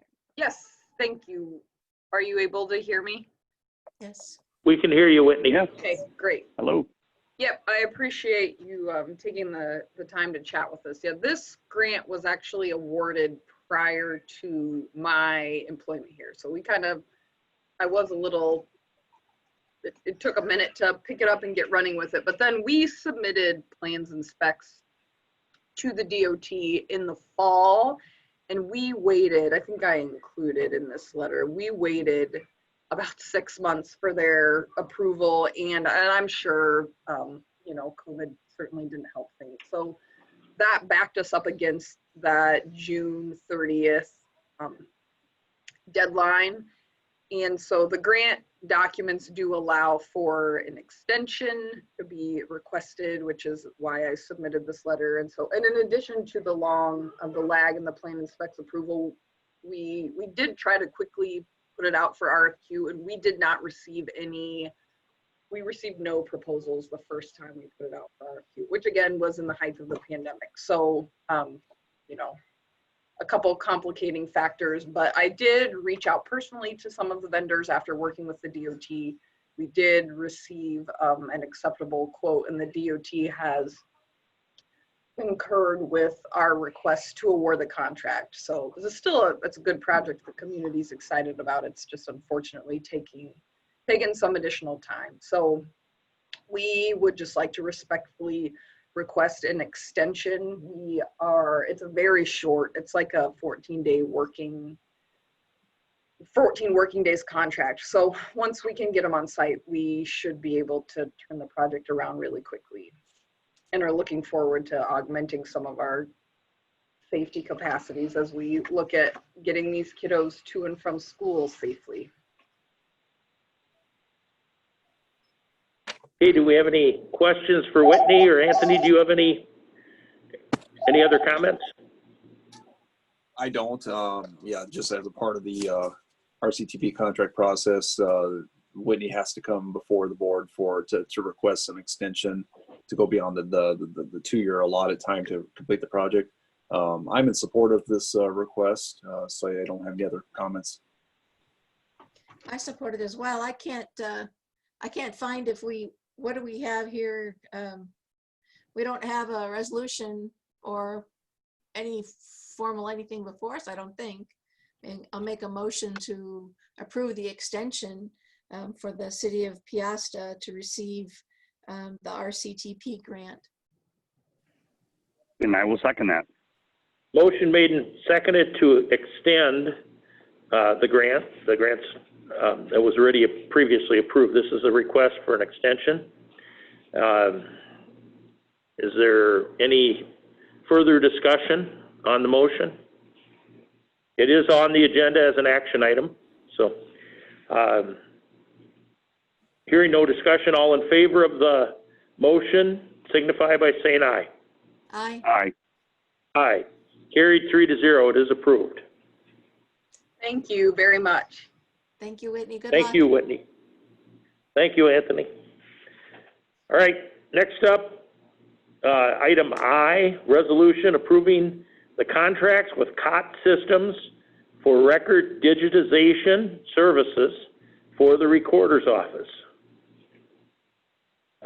County Recorder John Murphy, if he's available, if we can unmute him.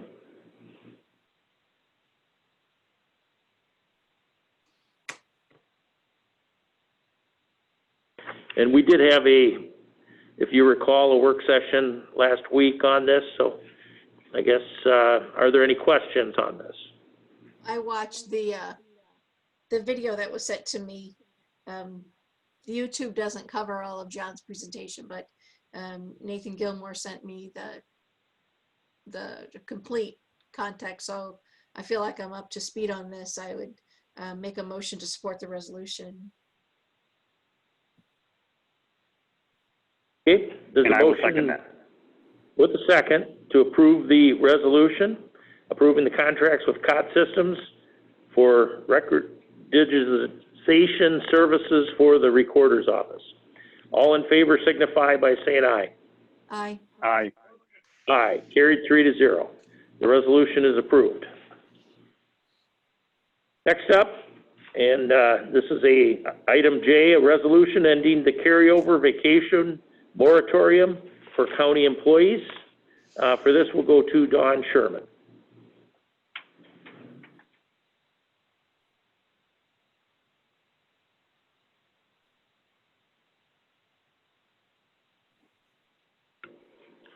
Thank you, Chair Baker. We discussed this last week at a work session. This was in response to our COVID emergency. There were several departments that, as we adjusted our operations, that some vacations were denied. There were many employees who were unable to take their planned vacations. And so, I had reached back out to the department heads to see if this is something they would like to continue. The feedback was that they would like to see this end, have people use their vacations, that they would able to manage it within their departments, the workload and having employees time off. So what this would do is that we would allow the 6-month run-out period, utilization period, to begin today, and then we would go back to normal admin policy in February. Okay, any questions for our Human Resources Director, Dawn Sherman?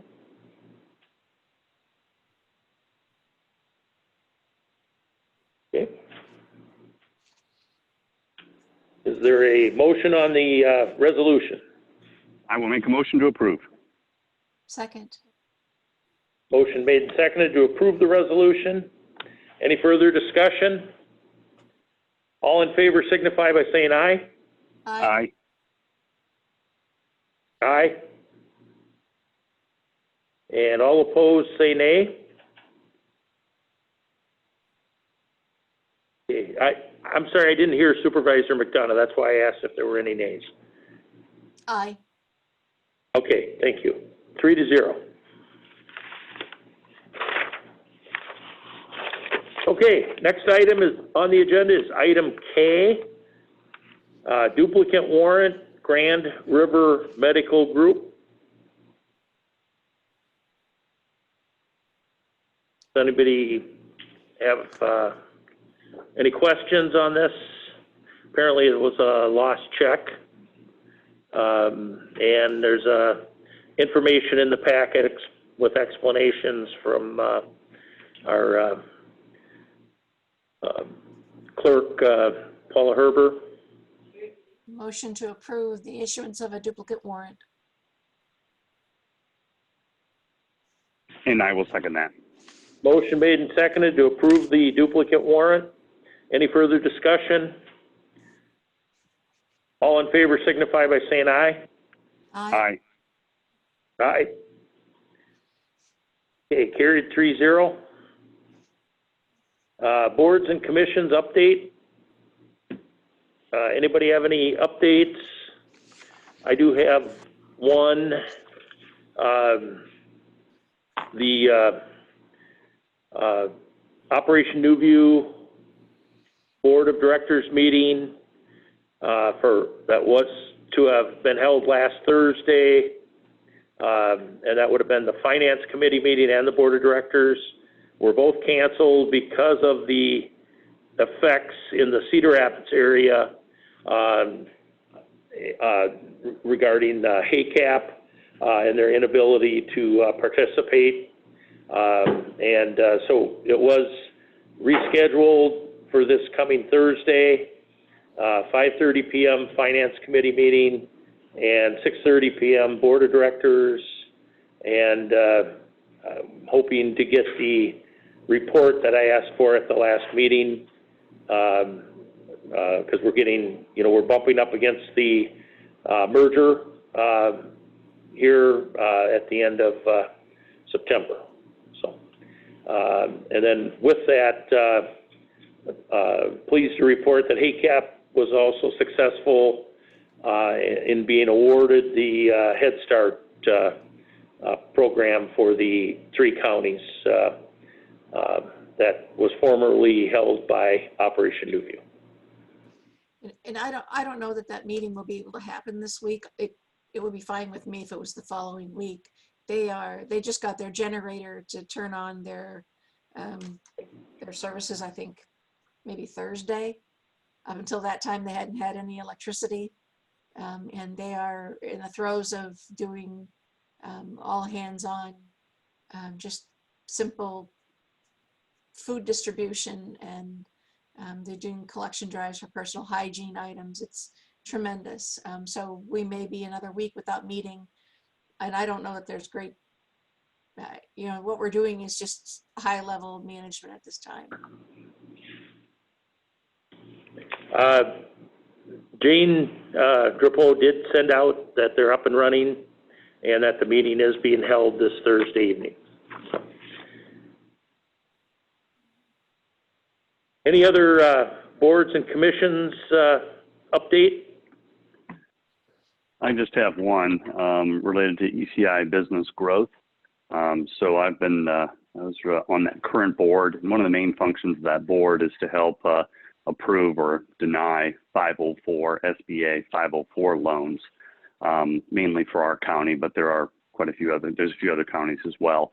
And so with my funding coming through the SBA, Iowa State, and it's kind of a lot of hands, so to speak, in this work, but Iowa State's requested that I only do counseling, not specific decision-making related to SBA loans. So I have rendered my resignation from that ECI board, and I've let Kelly Deitmeyer and ECI Business Growth, Matt Speck, the director, know. So you may see an opening for that board in the near future. Okay, thank you for that report. Any other boards and commissions? We do have an opening on the Board of Health, and I know that there's at least one healthcare provider that has indicated an interest, but I don't believe we've received the application yet, and I don't think we have any others on file at this time. So we should be looking perhaps for next somebody. meeting. We should be looking for somebody there who represents the interest of the more western part of our county to be on the health board. My update would be regarding the Sunnycrest Advisory Board. I spoke with the chair of that board, Craig Takis, this morning. We're going to be doing a search for a new administrator at Sunnycrest, and that advisory board would like to be involved like they were last time. And so he has asked me and my colleagues as well to make a focused effort on bringing more people to that advisory board. There are several openings there, and it's hard for them to form a quorum. He's going to bring forth and nudge some people, and we should do the same. It would be good that if the new administrator was meeting with a full board, a full advisory board, and also that they could be part of any, however we choose to let them be involved in the search process. I sent a note this morning to Dawn Sherman indicating that I have interest in serving as a supervisor who might be able to be on any kind of interview committee. And that's not the topic of today's discussion, but the advisory board for Sunnycrest does need members. Some of the people that I've actually thought might serve in that capacity want to serve on the Board of Health instead. So because of our Board of Health turnovers, folks have been utilized other ways, which is good, but we need, that board meets at an awkward time for folks who live in other parts of the county unless they work in the city of Dubuque. So, but they are asking, at least Craig is asking for our help filling those seats. Okay, thank you, Ann, for that. And I have until recently, during COVID with the EOC meetings conflicting with that, I've been unable to participate in both. And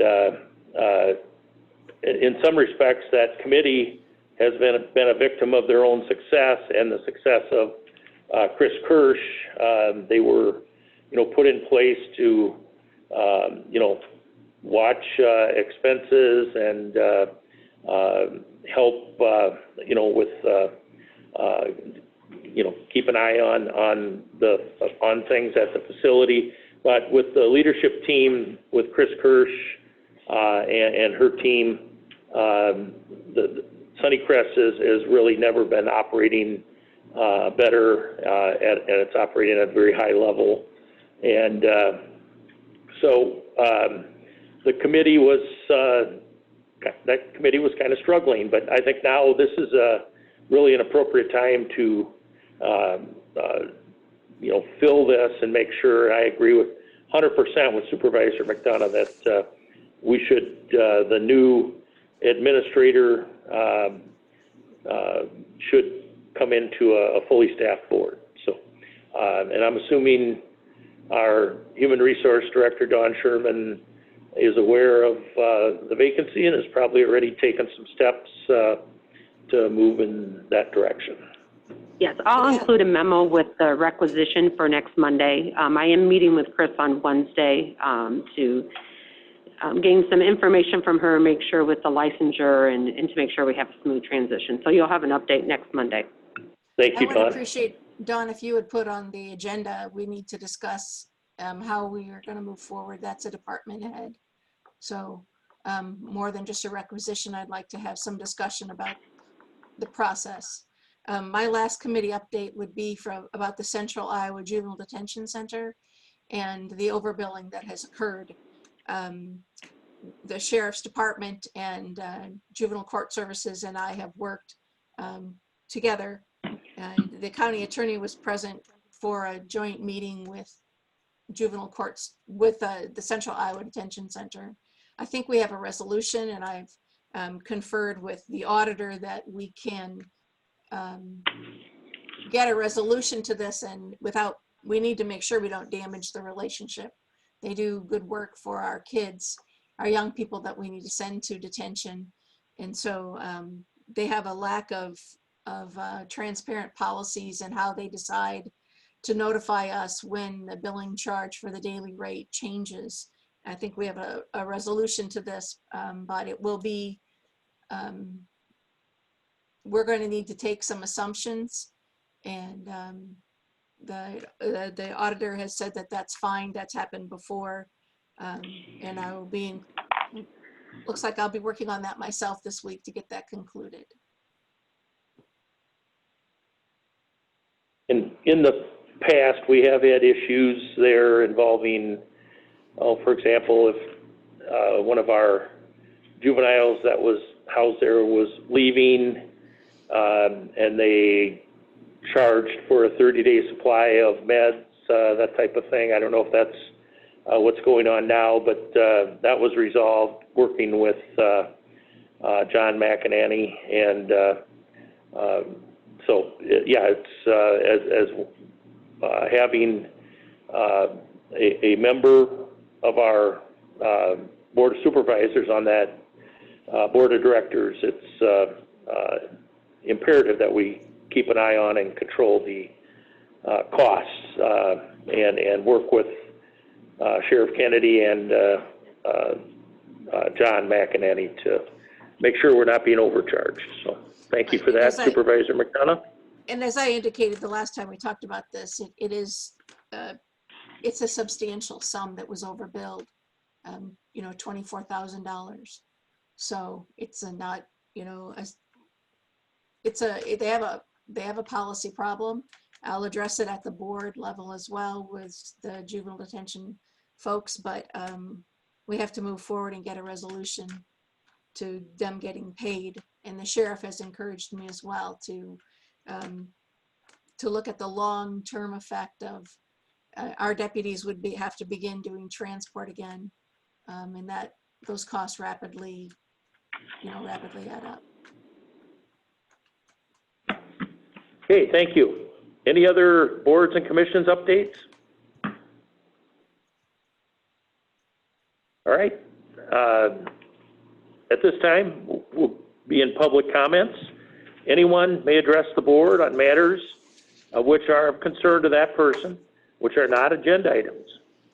Please go to the podium, or in this case, raise your hand or make a note in chat under Zoom. State your name and home address. Please be aware that the board is limited in their ability to respond to such inquiries, and Iowa Code prohibits the board from deliberating or acting on items not appearing on the agenda. So we'll look and see if there's anyone raising their hand.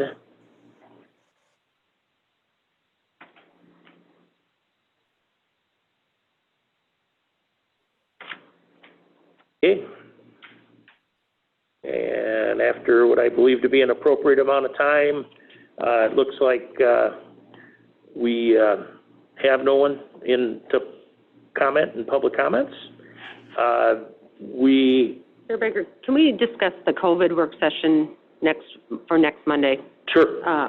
The last couple months when we have your regular evening meeting, you've been holding it afterwards at 6:15. Okay. We have never started it at that time, and I know we have about 4 or 5 zoning cases coming up for your consideration on Monday. So I wanted to see if 6:30 start time, get a consensus on what time you'd like to start that, and I will notify all of our partners that participate in that. Okay. I would, I guess the options would be to go to 6:30 or to schedule a work session during the day, or to keep our 10 o'clock time. So, if I don't hear anything to the contrary from my counterparts, I would probably go with the recommendation or the suggestion to move it to 6:30, so we don't have people who are interested in that portion of the meeting waiting unnecessarily. But I'm okay with that. It's fine, I defer to the chair. All right, 6:30 p.m. We'll do the COVID-19 portion of the meeting. Okay. All right. Hearing nothing else, do we have any other meetings? Could I ask a question? Go ahead. To Go that ahead, end, we don't always have this, but because we're in the throes of this mask mandate conversation swirling around us, could we be certain that after the COVID update that we do have opportunity for public input? That might be a time for citizens, if they're tuning in, they might want to make a public comment to us. It's a part of our agenda, so absolutely. Or are you talking about a separate public comments? Correct, after the COVID update. Right now it's set up at the end of the meeting, but I have never not allowed somebody to speak. We also aren't going to let anybody take over our meeting, but having public comments, I think, is always, as in my time as chair, I have never not wanted comments. But if we want to put in a specific public comments at the end of that, I'm at the end of that COVID-19, I'm all for that. And I think that was your question. Is that correct? Well, we didn't have any comment at the end of our work session last Monday. That's it. So if we want, I would like to have there be at the end of that work session. My thought is to have opportunity for public comment. To do that, we need to put it on the agenda that way. I would support that. And I support it as well. Okay, thank you. Okay, and with that, we are looking for a motion to adjourn. Second. Okay, motion made and seconded to adjourn. All in favor signify by saying aye. Aye. Aye. Aye. I have us adjourned at 12:41 p.m. Thank you all.